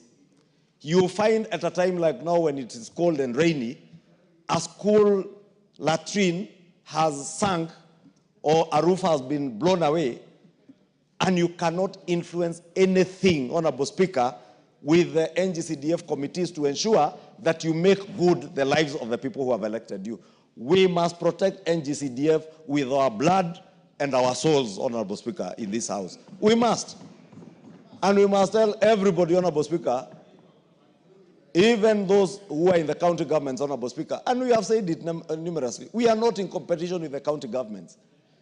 NGCDF, as Chepkonga has said, the new NGCDF Act of 2015 makes it very clear what role NGCDF plays in education, in security, Honorable Speaker. We amended the Act here the other day, Honorable Speaker, to even remove the contentious issues that were there before, like sports, and we removed them, Honorable Speaker, because we want to live and abide by what is provided for in this Constitution. Therefore, Honorable Speaker, let me say, we must, as a House, stand together, stand strong, and walk with our heads high, Honorable Speaker, if you have nothing to be suspicious of anything you do. Finally, Honorable Speaker, let me ask ourselves, the things we say, the things we do out there also portray something of us. The things that were said here of the finance bill last year, Honorable Speaker, that members were being paid to vote this and that, Honorable Speaker, those are the things that lower the dignity, and we keep saying, lower the dignity of this House and entertain even those who are vilifying and entertaining things being said against us, Honorable Speaker. I beg, Honorable Speaker, to end there, and thank you. Honorable members, let me thank you as a House, particularly the Honorable Murugara and Honorable Wandeto, for having found it within their powers and necessary to bring the statement and the motion which I didn't approve, but which I informed the House and allowed Honorable Wandeto to have the first bite. Honorable members, as your Speaker, I shall always be your first and last line of defense to your integrity and to the dignity of this House. I want to encourage us, in the words of the Honorable Minority Leader, as leaders, we cannot insulate ourselves from criticism, both fair and unfair, because that's the cost of leadership. When you are in leadership, you fall under the category of what one writer says, that when you meet people, 30% will like you without even hearing anything from you or knowing who you are. 30% will hate you without knowing who you are or hearing anything from you. It is now up to you to convince the remaining 40% to like you or to hate you. That is the paradox of life. And I want to encourage us, as a House of leadership, to be above irritations, to be above any temptations to have a short fuse on issues, because you are leaders. And when you are a leader, you cannot sit there and expect to hear only things that please you. You also hear things that don't please you. And sometimes when we hear things that don't please us, they raise us to a higher calling to ensure that things are done differently. I also advise that when something is said against you, if it is not true, you ignore it. If it is true, you do something about it. Then we move on. There was a very high state of anxiety and anger. Many members called your Speaker, expressing displeasure, expressing anger, and wondering what direction we are headed. But that we have had an opportunity to speak. And to those who haven't spoken, I'm sorry, the time was not enough. We can't all speak on the same subject. And to members like the Honorable Salasia, when we have a motion like this, the Speaker gives priority to members who are regularly here. If you are not regularly in the House, you are unlikely to get the favor of the Speaker to speak simply because this is topical. There are members who sit here for hours waiting to speak. Sometimes they don't even get the opportunity to speak. Those are my priority. If Dr. Nyikalo was in the country, I know he's out in Japan. He's like the new Martin Shikuku. The Speaker always found Martin Shikuku in the House and left him in the House. And for the entire afternoon, you'll never see Martin Shikuku even responding to a call of nature. You'll just be sitting there doing the business. So I encourage you, young Salasia, spend more time here. You'll catch the Speaker's eye when matters. But if you choose to prosecute parliamentary business on TikTok, then the House will deal with matters differently. I want to say this, honorable members, as we come to a conclusion of this. I think Jeanette said it very well. Everybody has their say, you have your way under the Constitution. You hold the power of the purse, you legislate. Even the next motion is going to deal with your authority over an executive order that is not in compliance with the law. That is the power you have. And that's the power the Constitution has given you. So I want to urge all of us here that our integrity must be beyond reproach. We must be like Caesar's wife, whom nobody could suspect. And I want to say, honorable members, that given what has been said, what you know, and what goes on, this House has sufficient mechanisms under the Constitution and under the law, whether it's conflict of interest law, whether it's leadership and integrity law, whether it is powers and privileges law, or the anti-money laundering, all those to handle issues that come before us. And I want to assure you that I have received some letters about members that I would have presented to the agencies on different things. Sometimes I call you, I talk to you, and you correct your ways. Let's also uphold our integrity. I have given you an opportunity this afternoon. Waswahili wanasema muue mkala, lakini haki yake mpe.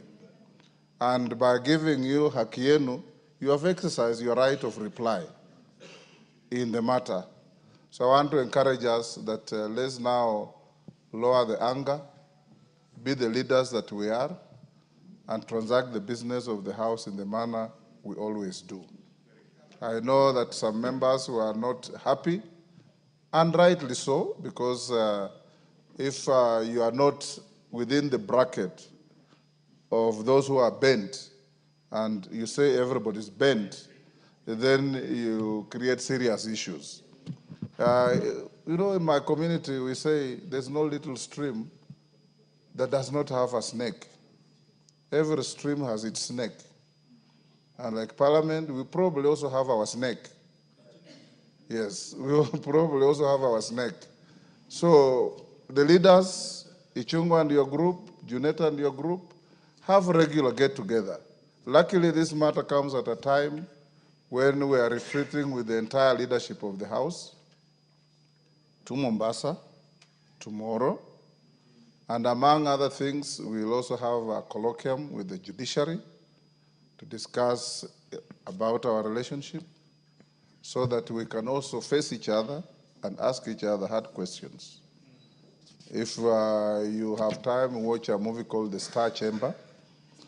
The Star Chamber, where beyond formal decisions, there are decisions on issues, so that you can be able to also look at each other in the eye and tell each other the stark truth, that you know what I know, and you know I know what you know, and going forward, let's not act in a manner that says, don't say, don't ask. Thank you, honorable members. We'll now go to the next business, but the decorum you have displayed reaffirms what everybody expects, that this is a house of reason, this is a house of sobriety, this is a house of maturity, and this is the nerve center of the Republic of Kenya.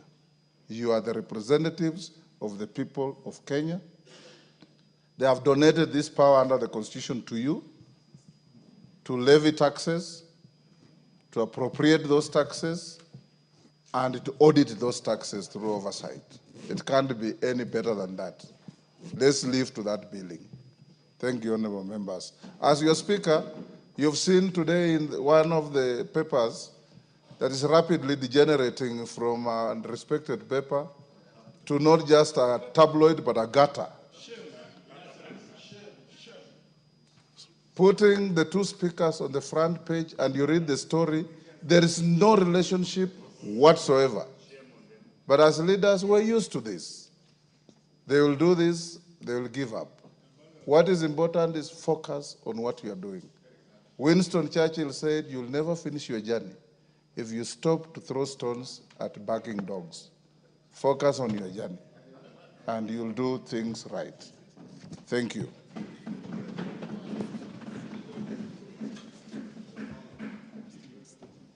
We're still on statements, and there are many. I wish those who are asking statements allowed us to go to order number 12. But I seek your consensus. Members, majority leader and minority leader approach the speaker.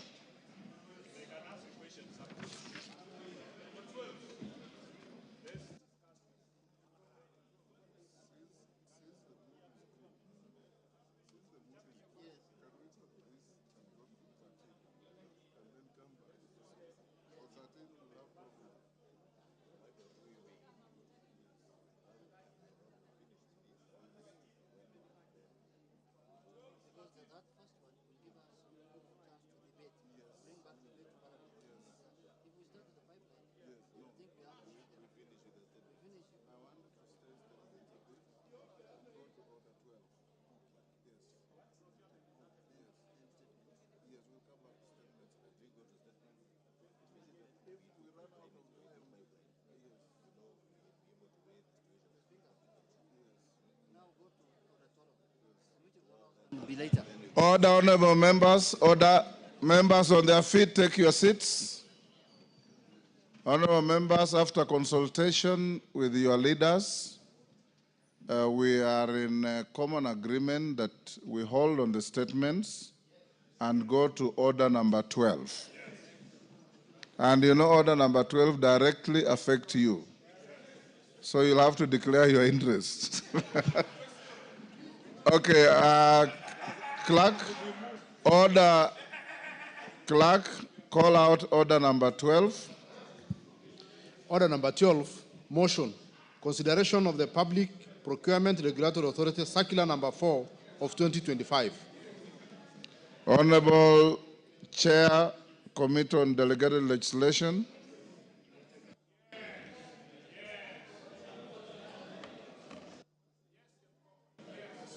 Yeah, thank you, Honorable Speaker. Honorable Speaker, I move that this House adopts the report of the Committee on Delegated Legislation on its consideration of the Public Procurement Regulatory Authority Circular number 04 of 2025 on the enforcement of compliance with the mandatory use of the Electronic Government Procurement System, popularly known as EGPS, by all public procuring entities in contravention of Section 77 of the Public Procurement and Asset Disposal Act, Cap 412C, laid on the table of the House on Tuesday, 19th August 2025, and pursuant to the provisions of Section 18 of the Statutory Instruments Act, Cap 2A, this House annuls in its entirety the Public Procurement Regulatory Authority Circular on the enforcement of compliance with the mandatory use of the Electronic Government Procurement System, popularly known as EGPS, by all public procurement entities, published as Circular number 04 of 2025 for the following reasons. Mr. Speaker, the circular contravenes Article 2, Sub-Article 1 and Sub-Article 2. It also contravenes Article 10. It contravenes Article 27, Sub-Article 2. Honorable Chepkonga, when you are moving a motion, you just read it as it is. Yes, that's what I'm reading. You are saying it contravenes Articles 2. It also contradicts. Where is it also? In contravention, sorry. Where is it also? Yes. Yeah, for the following reasons, Mr. Speaker. Yes. Contravention of Articles 2, Sub-Article 1 and 2, Article 10, Article 27, Sub-Article 2, Article 94, Sub-Article 5, and Article 227 of the Constitution relating to supremacy of the Constitution, the national values and principles of governance, including public participation, transparency, and accountability, equality including enjoyment of all rights and fundamental freedoms, power to make provisions having the force of law, and contracting for goods or services with a system that is fair, equitable, transparent, competitive, and cost-effective. Number 2, contravention of Sections 9 and Section 77 of the Public Procurement and Asset Disposal Act, Cap 412C, relating to the function of the authority, which do not extend to creating binding obligations and the recognition that tender submissions may be made in either manual or electronic form. And 3, contravention of Section 2, 6, Section 11, Section 13, Section 22, and Section 24 of the Statutory Instruments Act, Cap 2A, relating to interpretation of statutory instrument, submission of a regulatory impact statement on each statutory instrument, requirement for public participation, publication, and tabling of statutory instruments before Parliament, and the exercise of powers in making statutory instrument. Mr. Speaker, I beg to move. Mr. Speaker, the import of this circular, Mr. Speaker, originates We know. You know, but just to set the stage, Mr. Speaker. During the morning sitting, Mr. Speaker, of the National Assembly on 14th of August 2025, the Honorable George Murugara, Member of Parliament, rose on a point of order seeking clarification from the House on the Public Procurement Regulatory Authority Circular number 4 of 2025, dated the 12th of August 2025, on the enforcement of compliance with mandatory use of electronic government procurement system by all procuring entities. The Honorable Murugara observed that the circular is a statutory instrument within the meaning of Section 2 of the Statutory Instruments Act Cap 2A, and as a result, as such, ought to have been transmitted to the House for committal to the Committee on Delegated Legislation for scrutiny and approval. The Honorable Murugara noted that the circular appeared to have the force of law by declaring that failure to comply would constitute an offense, thereby making it imperative for the circular to undergo the requisite parliamentary scrutiny. Accordingly, Honorable Murugara requested that the Honourable Speaker do issue directions for the circular to be referred to the Committee on Delegated Legislation for scrutiny and approval as required by the Statutory Instruments Act, Cap 2, Mr. Speaker. Consequently, the Honourable Speaker directed the Committee on Delegated Legislation to undertake thorough scrutiny of the circular in line with the relevant legal framework, and further directed the committee to table its report before the House on Tuesday, the 19th of August, 2025. Mr. Speaker, as a consequence of this, the committee sat on the same day and invited the Public Procurement Authority to appear before the committee on that same day at around 4 p.m. Mr. Speaker, the Public Procurement Authority appeared before the committee, and Mr. Speaker, we examined the circular. And as we also looked at it in regard with Section 2 of the Statutory Instruments Act, which defines what a statutory instrument is, Mr. Speaker. It defines as follows, Mr. Speaker, and members need to be careful to hear this. It states as follows, that a statutory instrument is any rule, order, regulation, directive, form, or any other instrument issued or made or established in the execution of a power conferred by or under an act of parliament. Mr. Speaker, this circular makes an attempt and purports to exercise some statutory power by evading this House and giving direction and creating offenses, Mr. Speaker, on issues that this House has pronounced itself. And Mr. Speaker, I just want to mention just a few sections, Mr. Speaker, of the law that it contravenes. No, Mr. Speaker, no, it's important for purpose of record, Mr. Speaker, lest we are assumed to have contravened. Mr. Speaker, Section 77 of the Public Procurement and Disposal Act, Mr. Speaker, is absolutely very clear. It states as follows. It says that submission of tenders, documents, whether in electronic or manual form, shall be in writing, signed, and in the case of manual submission, they shall be sealed in an envelope. Mr. Speaker, this is still law. This circular makes an attempt to outlaw this law by saying that manual tenders will not be allowed, neither will they be submitted, Mr. Speaker. What does that mean, Mr. Speaker? Mr. Speaker, this is in contravention of Article 94 of the Constitution, which clearly says there is no person under the sun in the borders of the Republic of Kenya who has power to make anything that has a force of law, Mr. Speaker. Mr. Speaker, this circular makes an attempt to amend our law, which we passed in this House, to outlaw manual process and saying it is only the electronic process, Mr. Speaker. Mr. Speaker, the The Constitution is very clear, Mr. Speaker. The Constitution of this country is very clear, Mr. Speaker. Article 2 of the Constitution, Mr. Speaker, on the supremacy of this Constitution, it states as follows. This Constitution is the supreme law of the Republic of Kenya and binds all persons and all state organs at both levels of government. And the most important one, Mr. Speaker, is sub-article 2. No person may claim or exercise state authority except as authorized under this Constitution. And under this Constitution, Mr. Speaker, it also includes the laws that this House makes. So if you purport, Mr. Speaker, to exercise the authority of this Constitution without following the due process, that process, Mr. Speaker, is unconstitutional.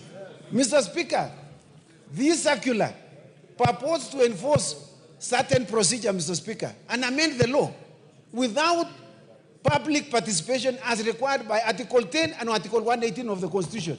Mr. Speaker, the courts have made it absolutely clear, it's like day and night, that public participation is mandatory and it is important in every legislative making authority. And so, Mr. Speaker, if they wanted to exercise any legislative authority, they should have undertaken public participation to amend Section 77 of the Constitution. Mr. Speaker, Article 27 on equality and freedom of discrimination. It states very clear, Mr. Speaker, that every person is equal before the law and has the right to equal protection and equal benefit of the law, Mr. Speaker.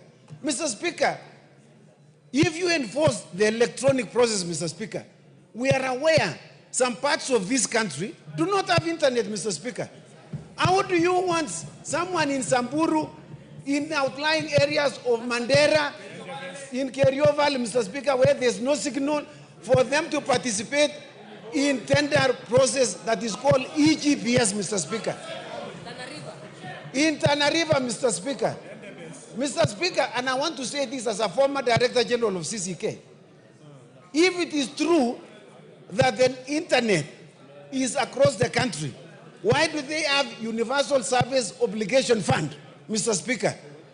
That is intended to ensure that internet and telecommunication services reach all over the country. And that is the reason why it is there. It is recognized that telecommunication services are not available across the country, Mr. Speaker.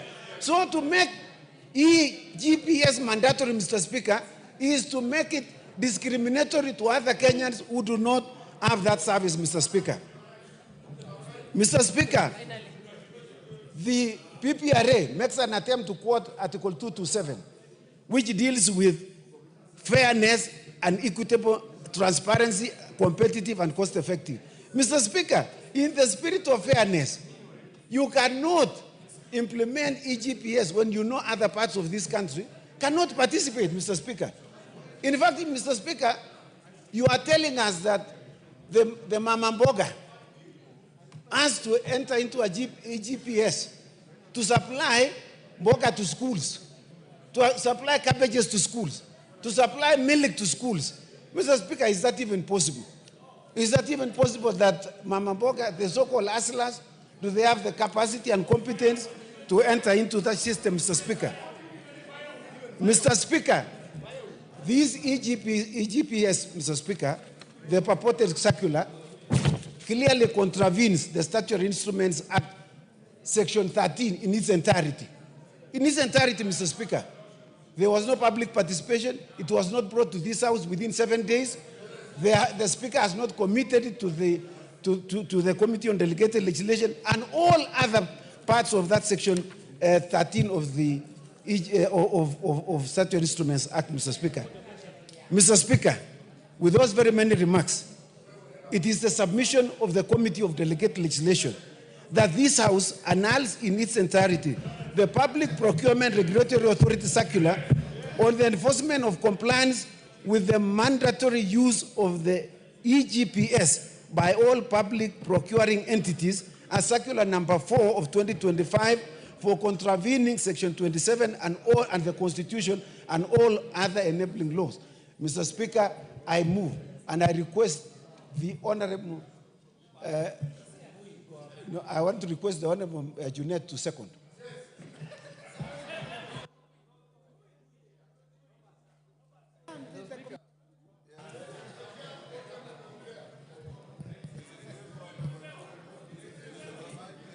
Okay. Mr. Speaker, this matter is very simple.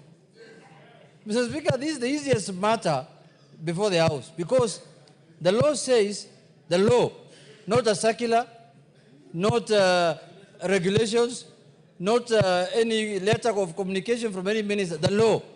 The law says that you are allowed to use electronic or manual procurement system. So if you want to tell the country to use only electronic system, the first thing you do is to change the law. You start from there. This circular is just a piece of paper. This one written by which ministry is that? This is just this is an opinion he is giving to the ministries. Because where there is a law, you cannot change the law by a circular. You can only change the law through parliament. And that's why I was saying in my earlier contribution that people don't know the powers we have. They will realize our power is slowly. Then they will realize these are the people who matter in this country. But more importantly, Mr. Speaker, you know, this thing reminds me something. In last parliament, the governor of the central bank issued also a circular saying that people cannot deposit more than 1 million shillings without explanation or withdraw more than 1 million shillings from their accounts through a circular. So we came to the house here, we brought him to the house himself and told him, why don't you bring regulations so that we can pass it, so that it can have the force of law. The man left here, instead of bringing the regulations, he sent someone to court to inject parliament from doing their work. Even now, those people who are being asked questions in the banks when you're withdrawing over 1 million, you should just ignore them. There is no law that bars anybody from withdrawing. You don't have to explain anything to withdraw your money. So people are being taken as fools by the banks that they will tell you, can you fill this piece of paper to tell us where the money is going? Just write, the money is going to my house, and there's nothing they can do. But Mr. Speaker, this is a warning to the executive. This is a warning to the executive that the only entity, the only body the Constitution has given powers to make law is Parliament. No other person can do anything that will have force of law other than Parliament. So if you want to enforce anything, please bring it to Parliament. That is our work, that's our business, and that's why we are here. So this one should just be thrown out immediately, Mr. Speaker, with unanimous ayes, so that people can start procuring manually from tomorrow morning, or from midnight tonight, God willing. Mr. Speaker, I second. I beg to second. Honorable members, order members on their feet, take your seat. Umulher. Honorable members, I now propose the question at order number 12, which is that this House adopts the report of the Committee on Delegated Legislation on its consideration of the Public Procurement Regulatory Authority, Circular number 04 of 2025, on the enforcement of compliance with the mandatory use of the Electronic Government Procurement System, EGPS, by all public procuring entities in contravention of Section 77 of the Public Procurement and Asset Disposal Act, Cap 412C, laid on the table of the House on Tuesday, 19th August 2025, and pursuant to the provisions of Section 18 of the Statutory Instruments Act, Cap 2A, this House annuls in its entirety the Public Procurement Regulatory Authority Circular on the enforcement of compliance with the mandatory use of the Electronic Government Procurement System, EGPS, by all public procuring entities, published as Circular number 04 of 2025 for the following reasons. One, contravention of Articles 2, 1 and 2, 10, 27, 2, 94.5 and 227 of the Constitution relating to supremacy of the Constitution, the national values and principles of governance, including public participation, transparency and accountability, equality, including enjoyment of all rights and fundamental freedoms, power to make provisions having the force of law, and contracting for goods or services with a system that is fair, equitable, transparent, competitive, and cost-effective. 2, contravention of Section 9 and 77 of the Public Procurement and Asset Disposal Act, Cap 412C, relating to the function of the authority which do not extend to creating binding obligations and the recognition that tender submissions may be made either manual or electronic form. And 3, contravention of Section 2, 6, 11, 13, 22, and 24 of the Statutory Instruments Act, Cap 2A, relating to interpretation of a statutory instrument, submission of a regulatory impact statement on each statutory instrument, requirement for publication and tabling of a statutory instrument before Parliament, and exercise of powers in making statutory instruments. There are some members who have approached me saying they want to speak. Do I put the question? Yes. Is that the mood of the House? Yes. I now put the question that the Speaker now puts the question to order number 12. As many as of that opinion say aye. Aye. Will those of the contrary opinion say nay? Aye. The ayes have it. Honorable members, other members at the back, take your seats. I have not put the question yet. Take your seats. Honorable Ngeno, take the nearest seat. Take your seats. Honorable members, I'll now put the question at order number 12, which is that this House adopts the report. Order. That this House adopts the report of the Committee on Delegated Legislation on its consideration of the Public Procurement Regulatory Authority Circular number 04 of 2025 on the enforcement of compliance with the mandatory use of the Electronic Government Procurement System, EGPS. Order. Order. Kwenya and your colleague, order. EGPS by all public procuring entities in contravention of Section 77 of the Public Procurement and Asset Disposal Act, Cap 412C, laid on the table of the House on Tuesday, 19th August 2025, and pursuant to the provisions of Section 18 of the Statutory Instruments Act, Cap 2A, this House annuls in its entirety the Public Procurement Regulatory Authority Circular on the enforcement of compliance with the mandatory use of the Electronic Government Procurement System, EGPS, by all public procuring entities, published as Circular number 04/2025 for the following reasons. 1, contravention of Articles 2(1) and 2, 10, 27(2), 94(5), and 227 of the Constitution, relating to supremacy of the Constitution, the national values and principles of governance, including public participation, transparency and accountability, equality, including enjoyment of all rights and fundamental freedoms, power to make provisions having the force of law, and contracting for goods or services with a system that is fair, equitable, transparent, competitive, and cost-effective.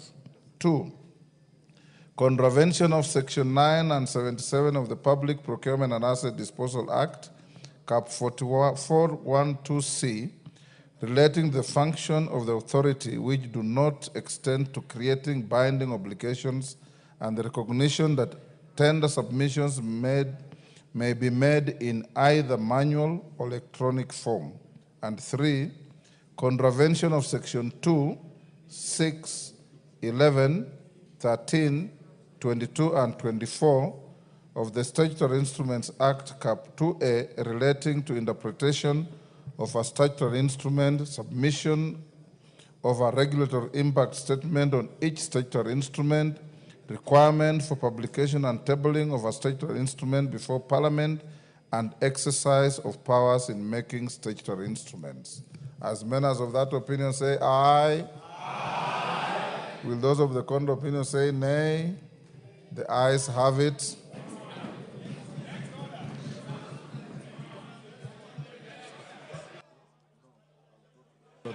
Honorable members, Can we now go to order number 13? Call out order 13.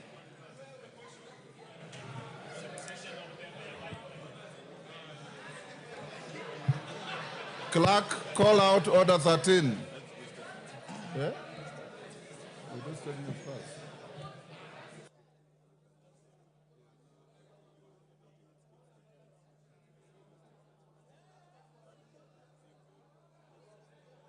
Honorable members, I had overlooked the fact that we had skipped statements.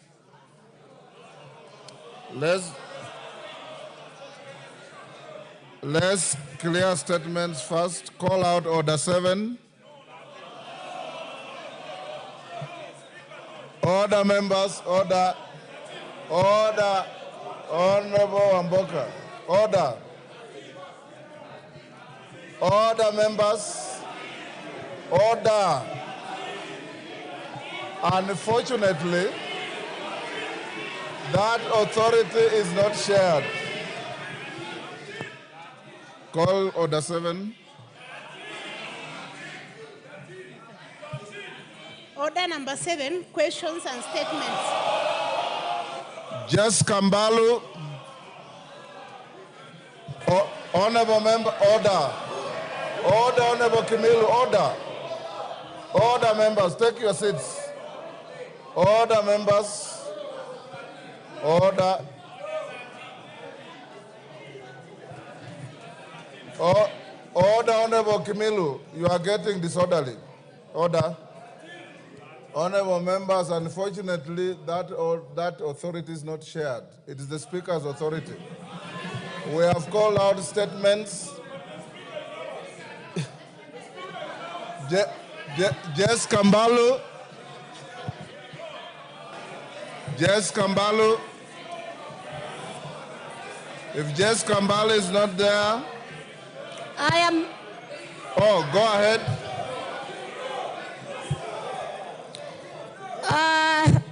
With the order from the Speaker, Honorable Speaker, pursuant to provisions of Standing Order number 44-2C, I rise to request for a statement from the Chairperson of the Departmental Committee on Administration and Internal Security regarding the delayed operationalization of administrative units gazetted within some Kambu sub-county in Kibwesi's constituency.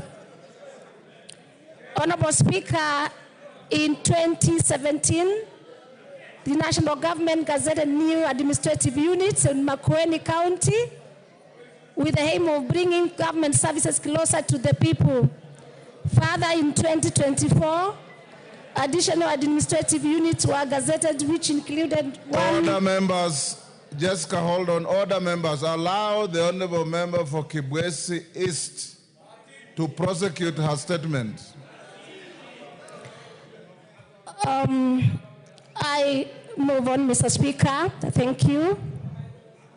Of course, I understand the House. Honorable Speaker, in 2017, the national government gazetted new administrative units in Makueni County with the aim of bringing government services closer to the people. Further, in 2024, additional administrative units were gazetted, which included one sub-county, 4 divisions, 28 locations, and 48 sub-locations spread across the county. Subsequently, on 11th March 2024, the then Cabinet Secretary, Minister of Interior and National Administration installed the first Deputy County Commissioner for Kambu Sub-County. Despite the installation of the Deputy County Commissioner, some administrative units in the sub-county are yet to be operationalized, thereby denying residents access to critical government services. As a result, many residents of Kambu Sub-County are forced to travel longer distances to access such services. Honorable Speaker, it is against this background that I request for a statement from the Chairperson of the Departmental Committee on Administration and Internal Security on 1.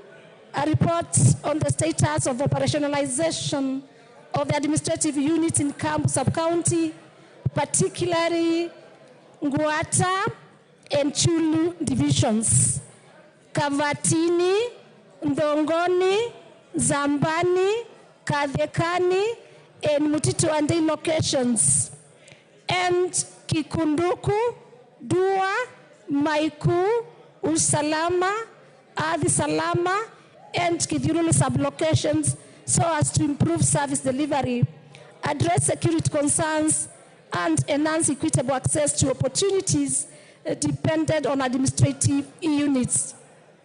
2, steps being taken to ensure that the Deputy County Commissioner and police officers within the administrative units in Camp Sub-County are provided with vehicles, given that the vast size of the area, including posting of additional police officers and administrative officers. And 3, measures being taken to operationalize the gazetted administrative units in Camp Sub-County and the timeline for their activation.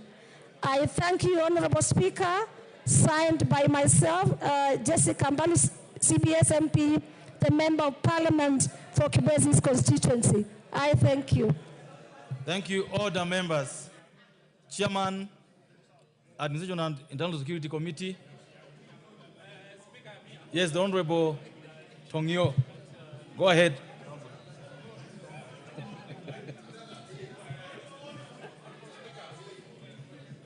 The Honorable Tongoyo, how long, and I hope you heard that question. Okay, how long do you need to respond to this? Give the Honorable Tongoyo the microphone. The Honorable Karoli, there's nothing out of order, and you know that very well. Go ahead. Honorable Speaker, I will respond to the question 1 week on resumption from recess.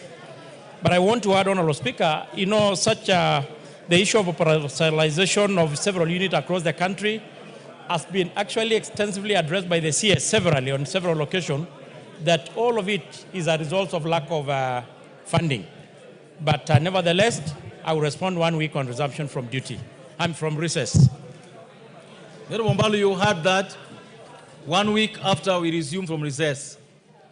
The next statement is from the Honorable Edith Nyanze, which is in the House. The Honorable Member for Kitui West.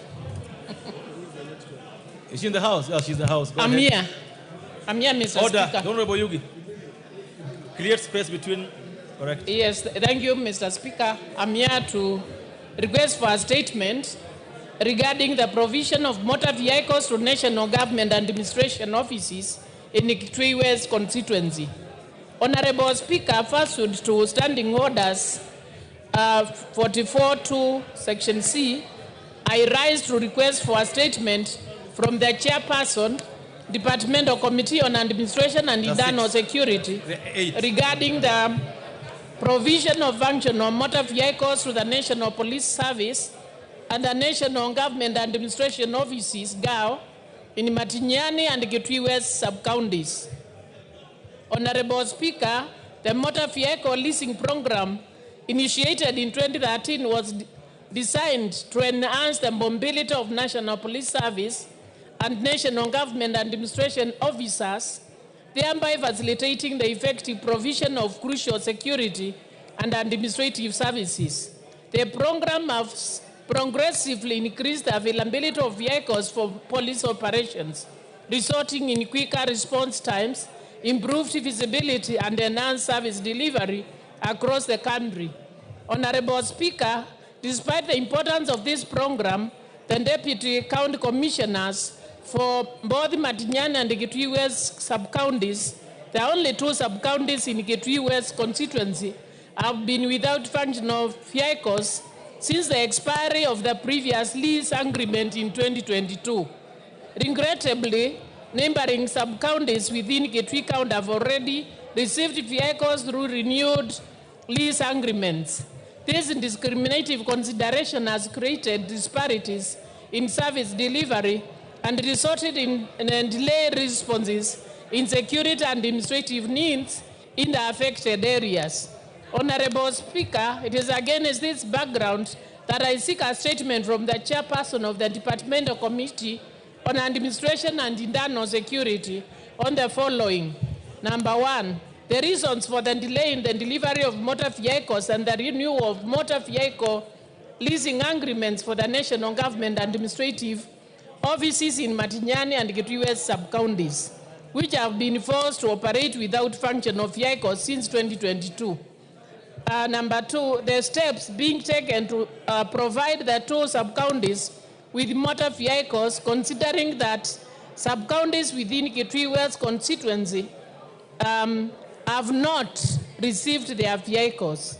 And number three, the measures put in place to ensure alternate means of transport are provided to the affected areas as the renewal of leases and provision of vehicles is being finalized. I thank you, Honorable Speaker. Thank you. The Honorable Tungoyo, this is directed to you, and this is not an isolated question, Honorable Tungoyo. And this isn't about Kitui West, you know that? Yeah. This is a national issue, so we need to get a proper answer to this kind of statement. Go ahead. Thank you, Honorable Speaker. And as you had actually well put it, it is a question that keeps coming out every other time on the floor of this House. And I want to say, as the CS had actually informed the House last time he was here, there is a procurement process of being undertaken by the National Treasury to provide the motor vehicles for the Ngao, to include the Ngao, of course, the National Police Service. Nevertheless, Honorable Speaker, maybe 2 weeks on resumption, I can able to come with a comprehensive response. Honorable members, the question asked by the member of Kitui West is a very important question. It's about motor vehicles for all offices in the country. And the chairman has said 2 weeks after recess, he'll bring a report. We hope he'll bring a report that helps to make decision better. The member for Langata. Member for Langata. The member for Kaiti. What is the order of the Honorable Tiende?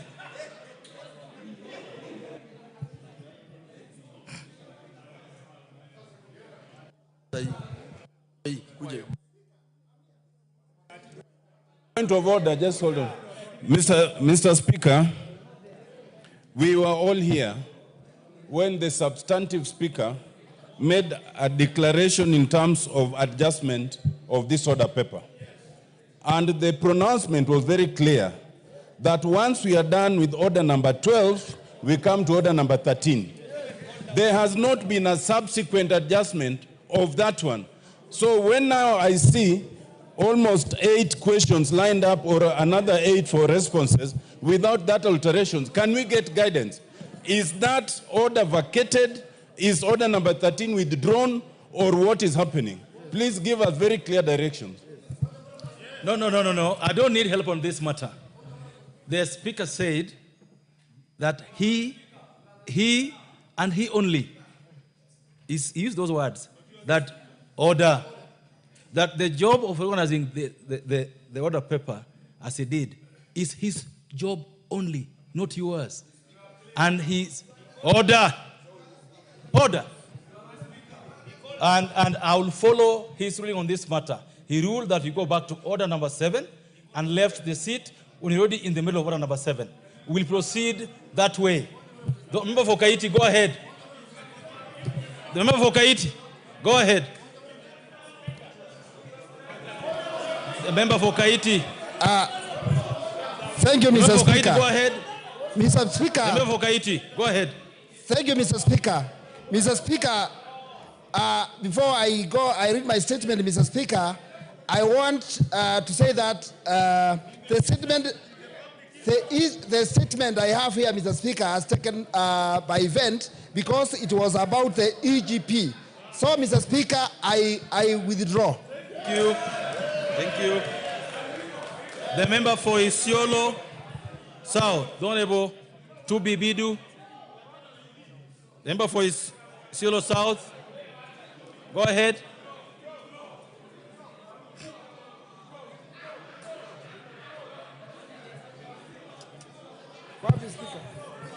Alors, thank you, Mr. Speaker.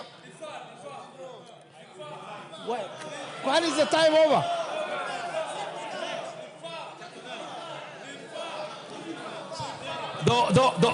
Order. The Honorable Tubi shall be heard. And he shall be heard, and he shall be heard in silence. Go ahead. Thank you, Mr. Speaker, for giving me the opportunity. Mr. Speaker, I'm good.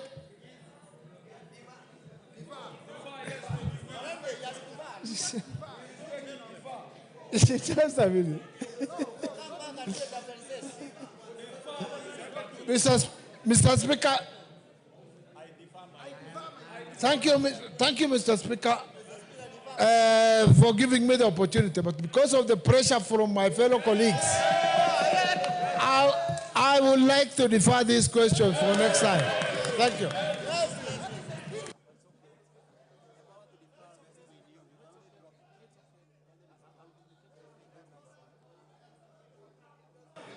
The order, members, you know, the trend you are setting will come back to bite you. The Honorable Tubi, order, the Honorable Tubi, go ahead, order, go ahead and withdraw the question. Thank you. Mr. Speaker, sir. Thank you, Mr. Speaker, sir. Go ahead and withdraw. Yeah, I have said that. Thank you very much, Mr. Speaker, for giving me the opportunity. But because of the demand from my fellow colleagues, I say let me defer this question. You can only withdraw. Thank you. You can only withdraw, not defer. So go ahead and withdraw the question. So the question. I'm not withdrawing. I'm deferring it for next time. This question is marked as withdrawn, not deferred.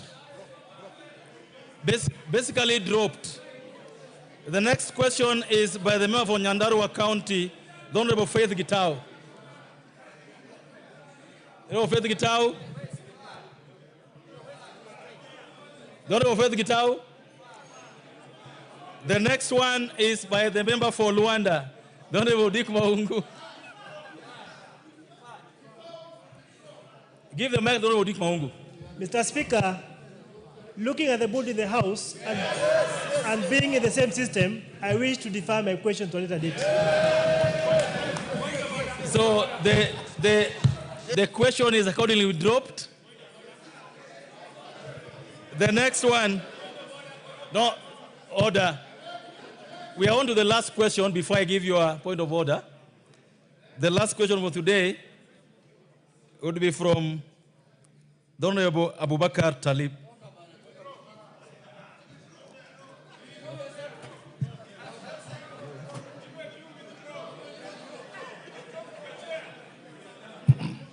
Where are you?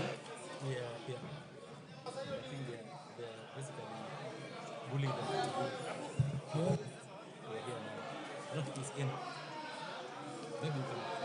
Yes, order. Order. Order. Honorable Kimilu. Order. It's 2 minutes. Order, members. Order, members. Osero. Order. Order, members. Even some of members who are not known for any industry in this house are all of a sudden becoming picketers. We can't allow that in a house. Honorable members, even those who have said they defer the questions, there is no member who has any authority to defer a question. The questions can only be deferred on the authority of the speaker. You cannot stand there and say you defer your question. All questions that have been alleged to be deferred are dropped. Yes.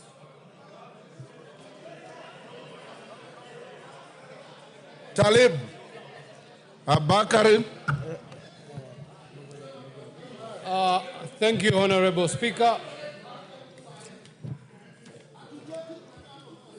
Honorable Kimilu. I have known you to be a very decent member. If you continue being rowdy, you will constrain the speaker. You know, I hardly send members out of this house, and I don't want to do that. Some of you are young, your constituents are watching, your families are watching, the country is watching. It is disgraceful to be told to leave because you are being rowdy. Just maintain your cool. When you want to speak, seek the speaker's authority. I'll give you time to speak on any matter that is relevant to the House. Go on, Honorable Abakar Talib. Yes. Protect me from Wanjala, Honorable. Yes. Speaker. Not Tongoyo, Kokoyo. Yeah, Mr. Speaker, sir, I raise on Standing Order 52, subsection M. Mr. Speaker, looking at the time, the session should end at 7 o'clock. And there might be a scheme to delay the business that we have before this House. So I wish to move a motion that can be moved without notice. Take your seat. You are completely out of order. And what you are doing is you are casting aspersions on the Speaker. Because the Speaker presides over the proceedings of this House. The Speaker has been given authority by these standing orders to rearrange the order paper. When you say there's a scheme, who is scheming? Other than the Speaker, who is responsible for the order of business in the House. You are grossly out of order. If you are not a first timer, I would have sent you out. Because you are still on a learning curve.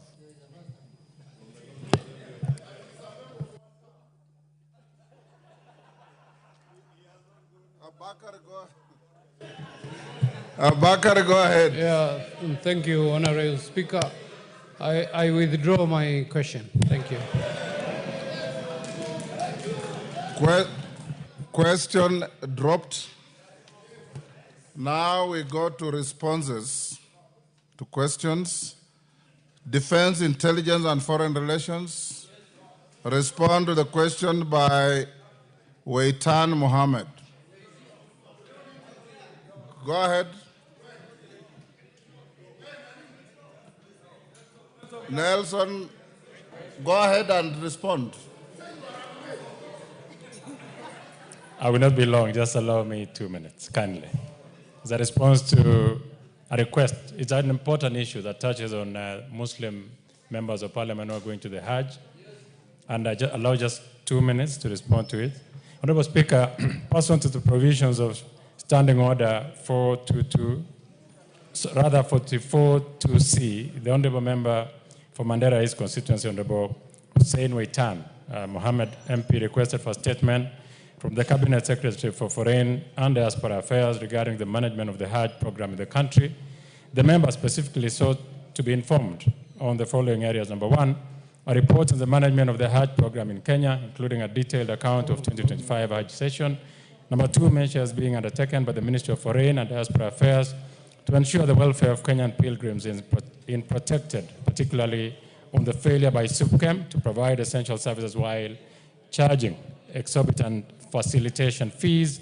And three, the long-term strategy to manage the Hajj program, including the establishment of a regulatory framework to anchor the program within the government agency, and oversight mechanisms to ensure the welfare of Kenyan pilgrims, including the cost effectiveness of the administration of the program and specific timelines for implementation of these particular reforms. Honorable Speaker, on the management of the Hajj program, the ministry reported that Hajj, one of the 5 pillars of Islam, is coordinated globally by the Kingdom of Saudi Arabia through its Ministry of Hajj Affairs and Umrah. In Kenya, participation is facilitated through accredited Hajj agencies, SUPKEM, and stakeholders. SUPKEM provides coordinated support services to pilgrims, including pre-departure education, registration support, liaison with Saudi authorities, health advisory, and compliance with administrative requirements. In 2025, a total of 4,500 Kenyan pilgrims participated in pilgrimage, up from 3,400 in 2024. Kenya's allocation remains at 10,000 pilgrims, although the Hajj mission has opted not to fully utilize this allocation. The introduction of the NASC platform on Massa wallet system in the 2025 pilgrimage significantly improved visa processing, financial transparency, and overall organization. However, challenges in transportation, accommodation, and on-site logistics support negatively impacted the pilgrim experience. Honorable Speaker, on the measures being taken to safeguard the welfare of Kenyan pilgrims, the ministry indicated that a dedicated Hajj team from the Kenyan Embassy in Riyadh and consulate in Jeddah is deployed annually to assist pilgrims in consular matters, emergencies, and liaison with Saudi authorities. Pre-departure medical checks and insurance requirements are enforced in coordination with the Ministry of Health. To address concerns raised in 2025 Hajj, the ministry has engaged SUPKEM to consider the reforms, which include, and I hope, Honorable Member, you're listening, I'll be very quick, transition to chartered flights for better scheduling and coordination with Saudi authorities, use of full capacity buses for direct transfers between sacred sites to reduce congestion, centralized accommodation with licensed providers to ensure quality standards, timely payments and secured fixed spaces, quarters to avoid disruption in Mina and Arafat, enhanced oversight of Hajj agents to curb inflated pricing and substandard services. And lastly, convening a structured meeting. For those Muslim honorable members who have come before me, the Vice Chair, the Ministry of Foreign Affairs is convening a meeting. Honorable Vice Chair, Major Retired Bashir, who is my vice, will be part of that team, and the Ministry of Foreign Affairs, and a team from Office of the President on convening a structured meeting between SUPKEM, Hajj agents, and Muslim leadership to resolve the recurring concerns. Honorable Speaker, so note that Honorable Major Bashir will be involved in that.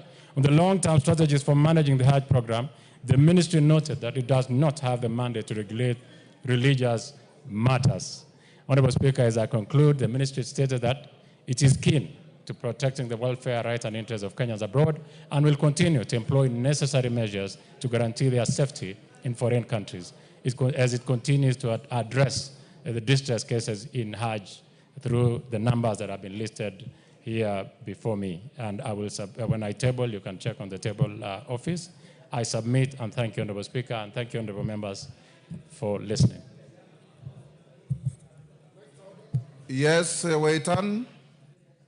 That was a response to your request. Thank you, Mr. Speaker. I'm not satisfied with the answer or the response given by Foreign and Defense. Ask the questions. Yes. What I was asking is this. What have you done on the question I asked over SUPKEM's failure, to keep Kenyans the level that they deserve, just like other African countries, Tanzania, Uganda, Somalia, while Kenyans were taken to level 6, or zone 6 in other words, which is over 7 to 8 kilometers to the Jamarat. Jamarat is a stone throwing area. Those questions are not answered. The questions, I mean the response seemed to be very shallow. Do you throw stones or you stone the devil? Is it just throwing stones? You're stoning the devil? Yes.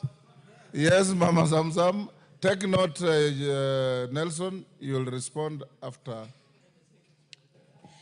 Mheshimiwa Spika, nimemsikia mheshimiwa na majibu yake, lakini wale mahujaji hawatakuwa na furaha na uamuzi ambao umetoa, kwa sababu katika sheria zetu wamepewa haki kwa sababu ya mali yao kwenda kuhiji, na wametoa pesa ambayo ilikuwa inafaa iwe na wapa sehemu nzuri ya kufanya hija, sehemu nzuri ya kulala, lakini hawa SUPKEM ambao mnasema waje wakae chini na maagent, wenyewe wamekuwa maagent badala ya kufanya oversight. Kwa hiyo sioni kama hawa wakikaa pamoja kutakuwa na mwelekeo.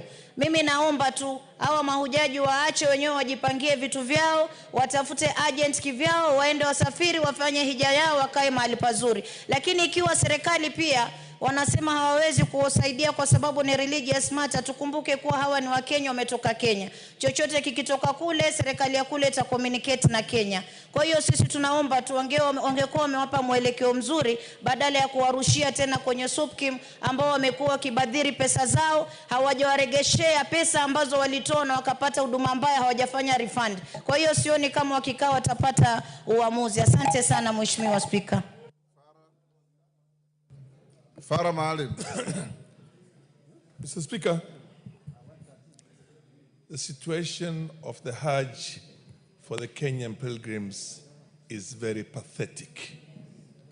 It is the worst in that place. Even a failed state like Somalia has got so much better than us. You cannot imagine. The Supreme Council, SUPKEM itself, has transformed itself into a money-making cartel where they extort millions of dollars. What used to cost $100 as a service now is $1,400 and something per person. They have collected millions of dollars, $8 million, $7 million, and they don't get the services at all. So you need to make a serious investigation. And 99% of the Kenyan population, Muslims today, are so disappointed with it. You will see the mood here in Parliament. Nobody supports it, including your Vice Chair, who is next to you there. So, Mr.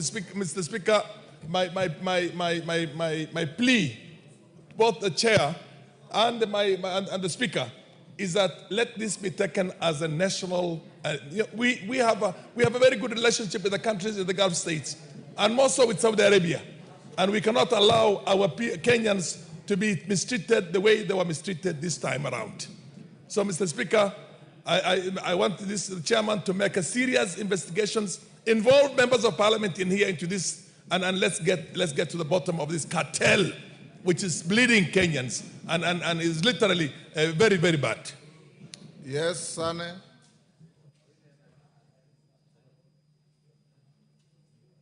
Give Honorable Sane the mic. Mr. Speaker, briefly, SUPKEM is to supervise the exercise of Muslims on their fifth pillar of Islam, which is a very cardinal pillar. Mr. Speaker, there are registered agencies in this country. What is happening, SUPKEM has usurped their role. They are very corrupt, complacent, and they are the ones allocating visa allocations to companies. What is being asked by Honorable Weitan is that there is loss of faith on SUPKEM as an agency, and the chair should go back and engage SUPKEM that what they have been doing is not satisfactory. Kenyans have suffered in the exercise of a very fundamental pillar of Islam. Thank you. Yes, Major Bashir.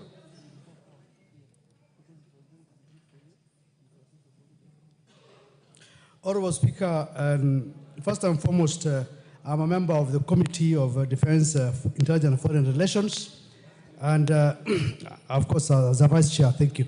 And I understand the pain that members of the Islamic faith undergo when they go for Hajj, and the most important thing is that this is not a matter for really government to regulate, because Islamic issues cannot be regulated by the Ministry of Foreign Affairs. When I heard the statement that was read by the chair, it says there must be a structured meeting between SUPKEM, which has been alleged, Hajj agents, and the Muslim leadership to convene. I think that is the best way forward that we need to engage. So instead of trying to tell, because I mean, this house has a number of religious entities. So the best way is that we convene a meeting between SUPKEM, Hajj agents, and the Muslim leadership, so that we come up with a structured way of handling Hajj way forward. Thank you. Farah. Yes, Honorable Junet. Farah, hold on.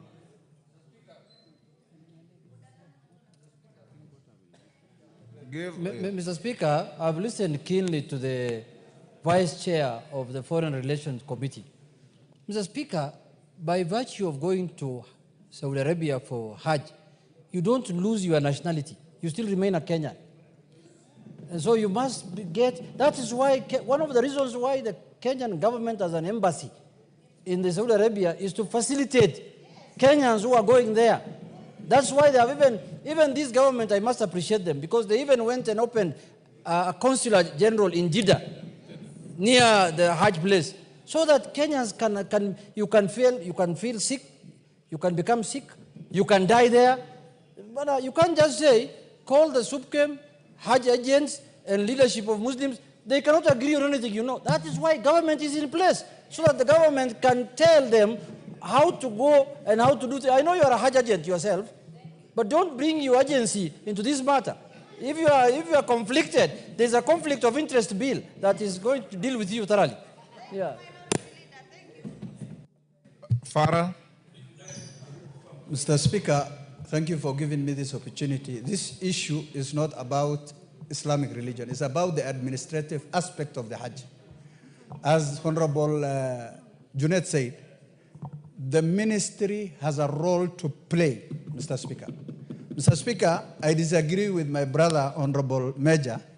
I want the committee to investigate this issue, call all the relevant departments or stakeholders to do a thorough investigation and come with a conclusive answers in this House. Mr. Speaker, what the chairman has read here is not a solution to the people who went to Hajj for the last several years. They have been suffering and they were tortured in a very bad way, Mr. Speaker. Thank you very much. Honorable Koech, just take your seat first. I listened to your response. I appreciate that you are reading what is written at the ministry. Even as the Speaker, I find it unsatisfactory. For the simple reason, and I can tell you for free, when I was foreign minister, and Farah can bear me witness, I dismantled the cartels that were swindling our pilgrims to Mecca. They were charging exorbitant resources and abandoning the pilgrims. A delegation saw your speaker in the chamber, and I was shown a contrast. Pilgrims from Tanzania are put in a level where they have beds, they have sanitary facilities, they have catering facilities. Pilgrims from Kenya are wriggling on the floor in a very awkward situation. And the people who go to Mecca, as our compatriots, don't lose their citizenship when they go there. They go there because we facilitate them to go. It's a religious duty for Muslims to go to Mecca, those who can. I would direct you to get back to the ministry, tell them that what they gave you is inadequate. We want you, if necessary, I'll send your committee to go to Jeddah and go to Riyadh and find out where these lapses are that are putting Kenya in a very awkward situation. You understand, Nelson? Give Nelson the... You probably have not had serious interaction and close interaction with the Muslim faith. I have, and I know. I largely relied on my deputy, considering this is a religious matter, who is a Muslim and I'm a Christian. But listening to what members, the Muslim members, yes, and the few members who have spoken, there's a serious problem, evidently, that deals with management. And even if we were to have a meeting with the Ministry of Foreign Affairs, for instance, with the leadership, I don't think it will make sense. So, like you rightfully instructed, I think it's imperative for my committee to now seriously consider this matter and call all the parties for a meeting. I think that will be the best thing to do. So I'll pursue it that way. I've also, before you take over, Honorable Speaker, I've been engaging with the mover of the Honorable Hussein, person who requested for this statement. I've engaged him extensively on this matter, and I've engaged the other Muslim members, and I think it's important, as you instructed, that now we go the direction that you've given. So most obliged, Honorable Thank Speaker. you. Honorable Gikaria.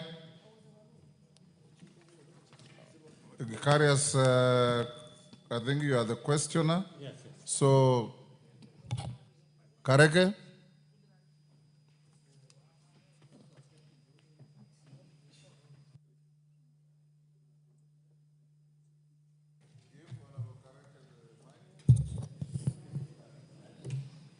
Thank you, Mr. Speaker. Mr. Speaker, first I would like to seek one guidance. Because, Mr. Speaker, we had very close interactions and engagement with the honorable members because I have 7 statements to give this afternoon. We had engagement with the members who had sought the statement.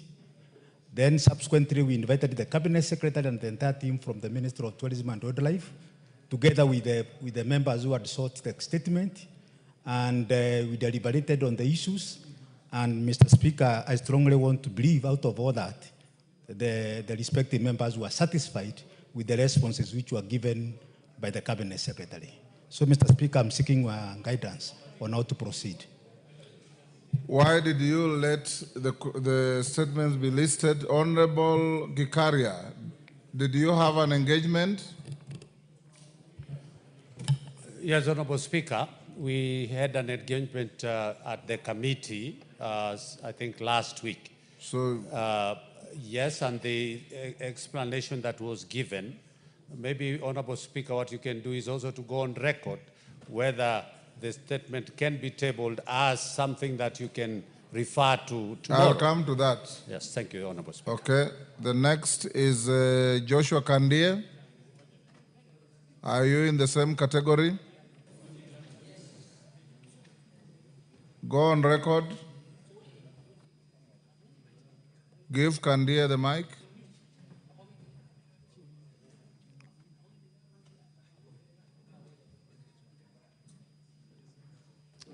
Yes, Kandie. Thank you, Mr. Speaker. I'm waiting for the reply from the Ministry of Tourism. Okay. Kareke, go ahead. Thank you, Mr. Speaker. Mr. Speaker, I wish to give the response to a statement on the rampant cases of snake bites in Baringo County requested by the Honorable Joshua Kandie, MP, Member of Parliament for Baringo Central. Mr. Speaker, the statement sought the following concerns. The steps taken by the Ministry of Tourism and Wildlife to reinstate compensation for victims of snake bites, particularly in Baringo and other regions where such cases are rampant. Number 2, the measures put in place or are being considered to provide interim relief to the affected families who suffer the loss of their beloved ones due to the snake bites. And finally, a report on the number of snake bite incidents leading to the fatalities or severe injuries that have been recorded in Baringo County. Mr. Speaker, on the first issue, on the step taken by the Ministry of Tourism and Wildlife to reinstate the compensation, the Ministry of Tourism and Wildlife has acknowledged the rampant snake bites, particularly in Baringo and other regions where cases are rampant. Compensations for snake bites victims in Kenya was officially discontinued following the miscellaneous amendment to the Wildlife Conservation and Management Act, with the change taking effect from January 18, 2019. As a result, victims of snake bite are no longer eligible for the compensation under the current law. Mr. Speaker, on the measures put in place as being considered to provide interim relief, Mr. Speaker, KWS promoted response by attending to the affected families and communities to provide both practical and emotional support. KWS officers visit various families to offer condolences and counseling, recognizing the profound emotional impact that snake bite fatalities and injuries have on the victims. Mr. Speaker, on the other incident, since the beginning of 2024 to date, Mr. Speaker, Baringo County has responded to 42 cases of snake bite injuries and 3 deaths caused by the snake bites. Mr. Speaker, KWS promptly respond by attending to the affected families and communities to provide both practical and emotional support. KWS officers visit families to offer condolences and counseling. And finally, Mr. Speaker, KWS also often provide logistical assistance to the affected families, such as facilitating transportation for the deceased during the burial ceremony. Then, Mr. Speaker, the service also work closely with the county health department and other partners to ensure the victims receive prompt referral and treatment at equipped health centers. And finally, Mr. Speaker, KWS actively participate in raising awareness about the snakebite prevention and first aid with the communities. I thank you, Mr. Speaker. Thank you. Kandia? Yes, Kibagende, what is it? No.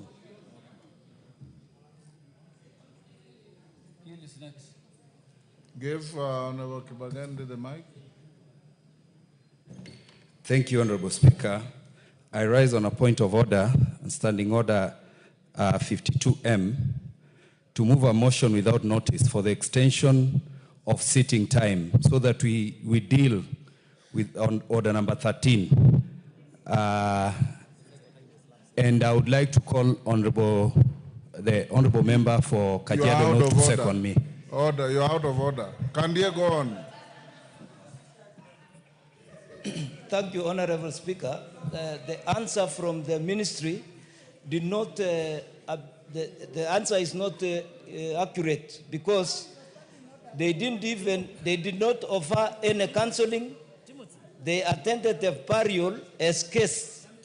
Number two, they didn't offer any vehicle for transportation of the deceased, and the family had to hire a vehicle for themselves. So the answer from the ministry is inadequate, and the family is not happy with what the ministry is talking about. Secondly, the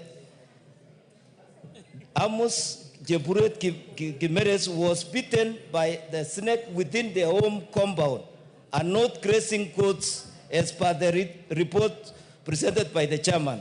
Secondly, the deceased left a very young family who depended on him solely. He was the only breadwinner. And therefore, I don't see where even the ministry has not even talked about even compensating the family. So the answer is inadequate. The answer is inadequate. Kareke, can you note that and engage the honorable member more? Yes. Thank you, Mr. Speaker. Mr. Speaker, I note the same, but I would also like to encourage, because the issues of snake bite are rampant. And Mr. Speaker, as we speak, the ministry is doing the review of the Wildlife Conservation and Management Act. The same will be able to come here on the floor of the House. And if at all members feel that snake bites should be included as part of the animals whereby the compensation is supposed to be done, then I'm going to close the branch when we get there. But I will engage the member. We're also going to have a discussion with the ministry together with him so that we can be able to resolve the matter. I thank you, Mr. Speaker. Thank you. Marian Kaitany is not here, so that one is stayed. Victor Koech, did you engage with the chairman and the ministry? Yes, Honorable Speaker, I did. And you are satisfied? Yes, I'm satisfied with the responses that I was given. Thank you. Thank you. Julius Taitumu. Yes, Kimelu. Kimelu, give him the mic. Thank you, Mr. Speaker. Mr. Speaker, I'm standing on order number 52, Mr. Speaker. And Mr. Speaker, I want you to advise us, Mr. Speaker. Because, Mr. Speaker, once you go to M, it says that motion for the extension of sitting time of the House without notice, Mr. Speaker. Mr. Speaker, I'm standing to request the extension of hours because of interest of number 13, Mr. Speaker, so that we can have time to extend up to 8, Mr. Speaker. And I request, Mr. Speaker. I already ruled your colleague out of order. Take your seat. Where? Take your seat. Honorable Victor Koech, you are suspended. Julius Taitumu, is not in the house. Irene Mayaka is not in the house. Oh, she is. Irene, have you gotten your, can you receive your response? Yes. Kareke, are you ready? No, we engaged with the committee as well. You engaged, that's all right. Yeah. You are satisfied. Honorable John Waluke is not in the house. That ends statement time. What is it, Honorable Joroge? Mr. Speaker, I had wanted you to give directions, maybe not now. I had wanted you to give directions, Mr. Speaker, maybe not now, but understanding order number 1 as read with standing order number 40 on the order paper. Mr. Speaker, the order paper once settled is required to be published by the clerk. But understanding order 40, you retain the discretion to rearrange it. However, Mr. Speaker, understanding order 42, you can only rearrange it for the convenience of the House.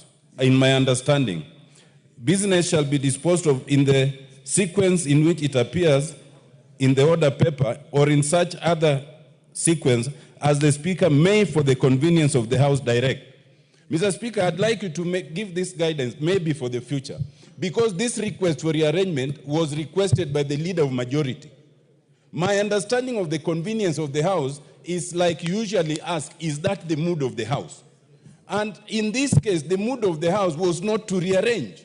So, Mr. Speaker, I beg, not now, but in future, please give a proper interpretation of Standing Order 42 so that we are very clear at whose discretion we rearrange the order paper. Thank you. Honorable Tienda Mol, I can read right through your mind. And I can assure you that what the Speaker has done is perfectly legal, is within the standing orders. And for members who have been shooting up, purporting to move motions to extend the sitting of the House, that's not how to run business. Even an informal motion like that requires the Speaker to approve. You cannot just sit there and say, I have moved a motion and so will second me. The House is not run like that. And it's good for you seniors like Otienda Molo to engage and tell your colleagues, first-timers. Courtesy requires, for the longest I've been in this House, and as a first-timer I sat on this chair, you draft a handwritten motion, take it to the Speaker, he'll look at it, because you don't have to print it. If he approves it, then he tells you, go and move it. You don't just stand there as if we are at a marketplace and say, I want cabbages or I want eggs. We don't operate like that. Yes, Honorable Junet? Yeah, we've been also around here for some time now. One of the most important issue in Parliament, Mr. Speaker, is the time of sitting.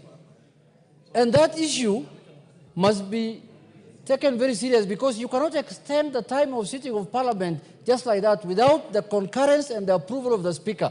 And to some extent, we were told before, it may even require House Business Committee approval. But Mr. Speaker, now I'm requesting officially if we can go to order number 13, even as we are ready, for those who support it. Thank you. We'll now go to honorable members. We still have order number 11, which I'll stay.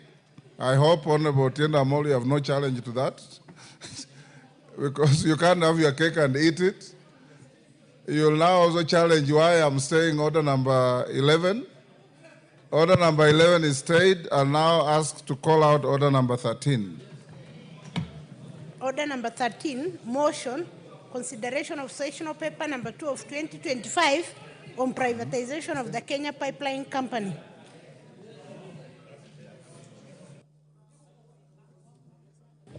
And jury, order members, order, and order Kimayo.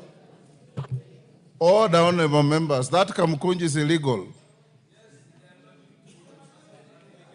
Toto, you appear to be the center of attraction. Take your seat.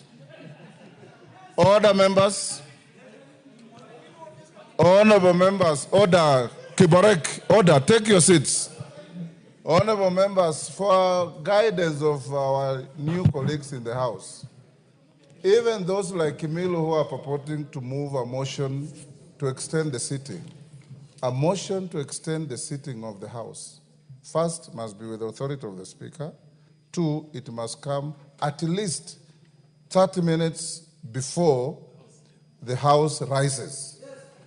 You should read your standing orders properly.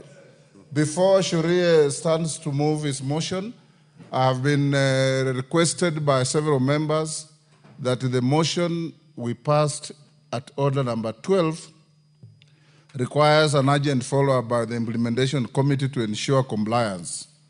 And I direct that it shall be so done. Yes, Sharia. Thank you, Honorable Speaker.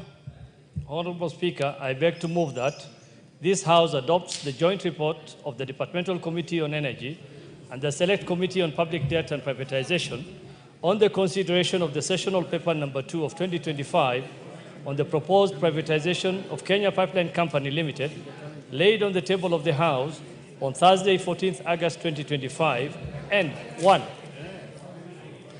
Approve sessional paper number 2 of 2025 on the privatization of Kenya Pipeline Company Limited, and 2.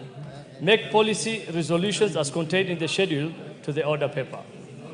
Honorable Speaker, at the outset, allow me to extend my sincere appreciation to my co-chair, the chairperson of the Departmental Committee on Energy, for the spirit of collaboration and dedication. Honorable Kimayo, that Kamkunji is unlawful. Can it be disbanded? Dedication during the period of our joint engagement. I also wish to register my deepest gratitude to the diligent members of the Public Debt and Privatization Committee and the Departmental Committee on Energy for their unwavering commitment in examining the sessional paper before us, culminating in the tabling of this report for our deliberation today. Honorable Speaker, the joint committees undertook a detailed review of the sessional paper and concluded that Kenya Pipeline Company Limited is indeed suitable for privatization.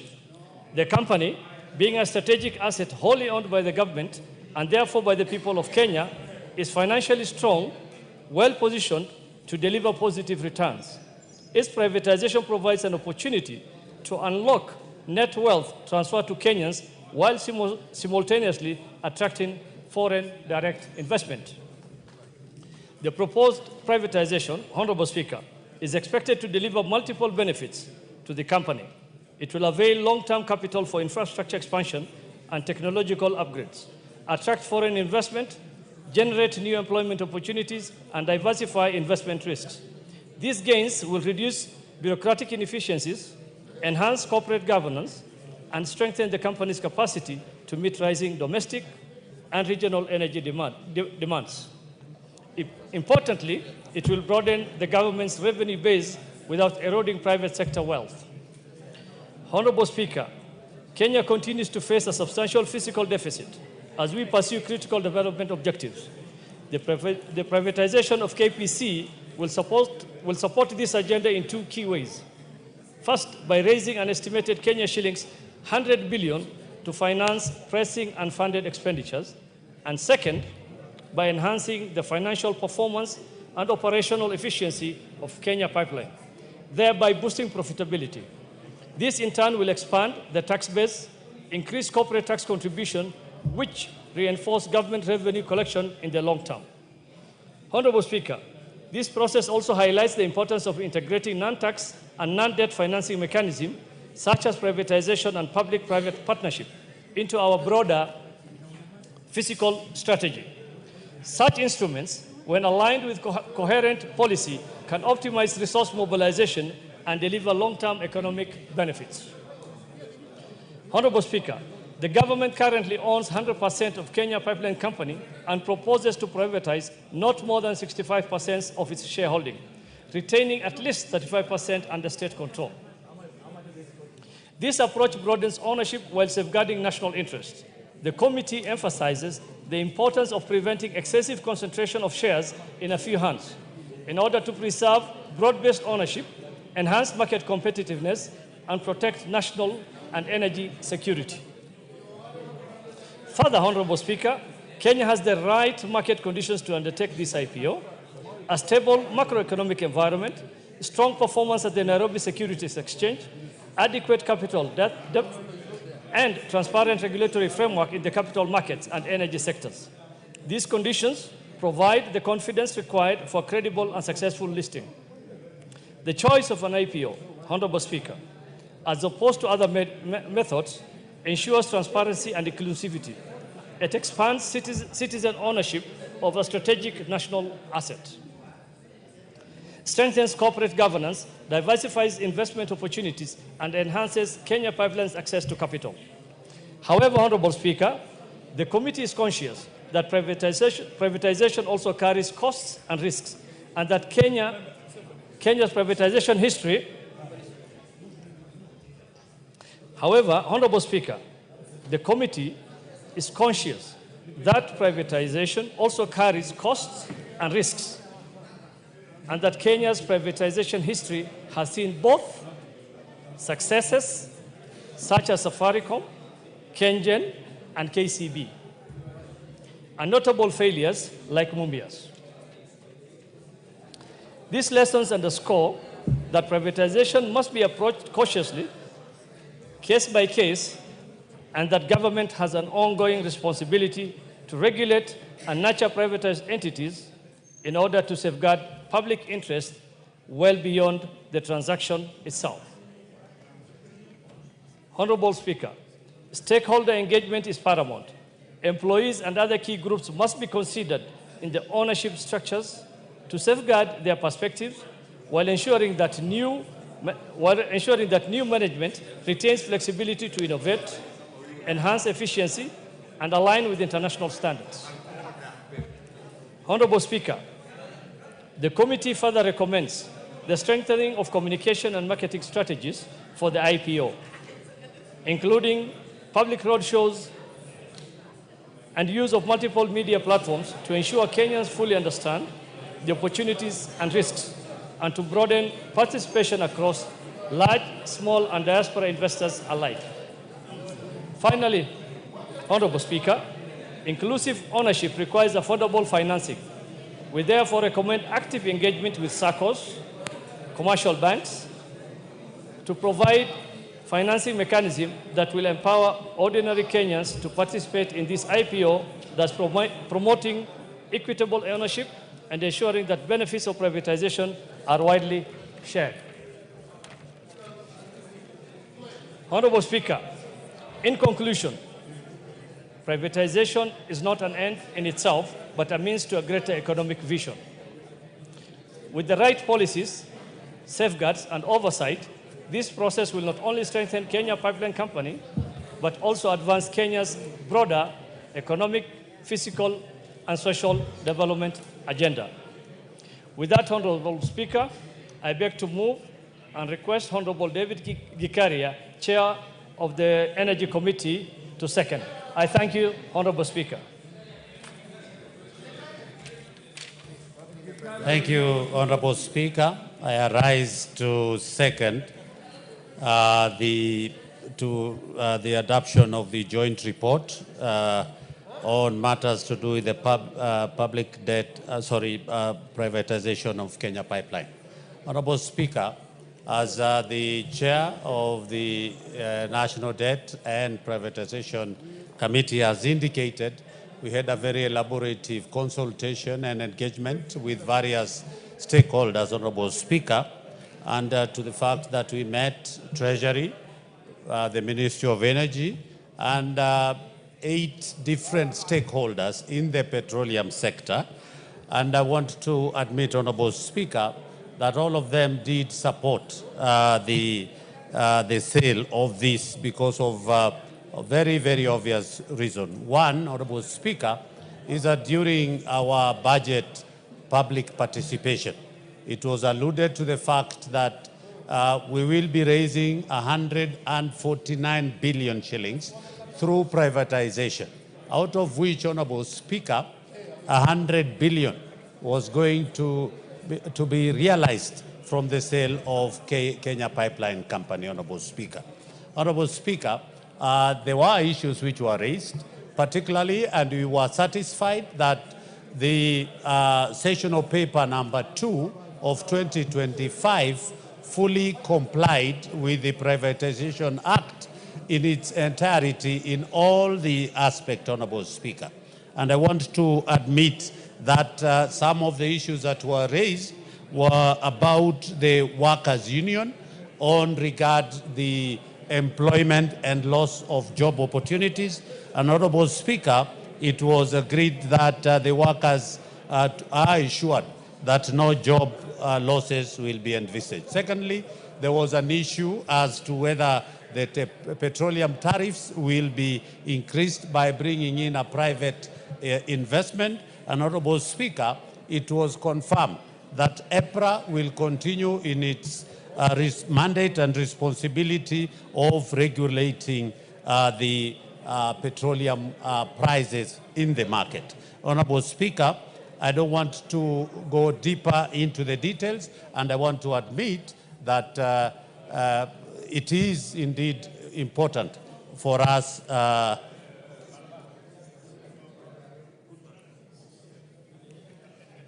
Honorable Speaker, it is, Honorable Speaker, the proposal seeks to privatize 65% of the government shareholding in KPC through the initial public offer. This, Honorable Speaker, by retaining, the government will be retaining 35% to safeguard the strategic control. Honorable Speaker, as it has been indicated, the objective is to raise, Honorable Speaker, approximately 100 billion, Honorable Speaker, which will go to finance the 2025-2026 budget and reduce the debt reliance and broaden citizen participation in one of the nation's most strategic enterprises. Honorable Speaker, our committee did find KPC to be financially sound and strategically important institution that plays a central role in petroleum transport and storage in Kenya and the wider East African region. Honorable Speaker, the Nairobi Security Exchange is currently robust with sufficient depth, liquidity, and investor appetite to absorb the transaction of this magnitude. Honorable Speaker, Kenya regulatory framework in both the energy and capital market sectors is strong enough to guarantee transparent, fairness, and protection of investors' interests.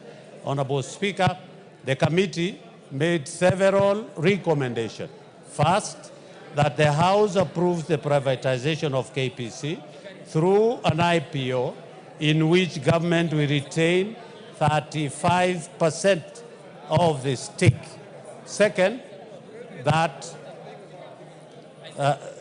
yes, Honorable Speaker, that this indeed is a very important privatization. Honorable Speaker, I second.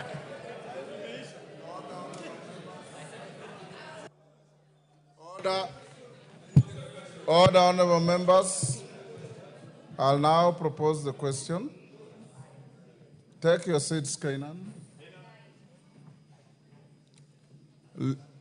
Lisa Chelule, take your seat. Yes. Order. Yes. Mr. Speaker, I wanted to seek your indulgence, Mr. Speaker, that this is a very important matter for our country. So I want to be given good time for debate, Mr. Speaker. We want to share with Kenyans. We want to share with Kenyans what we know, Mr. Speaker. Mr. Speaker, this is, Mr. Speaker, protect me, Mr. Speaker. Protect me, Mr. Speaker. Mr. Speaker, I must be given, Mr. Speaker, I am entitled. Order, members.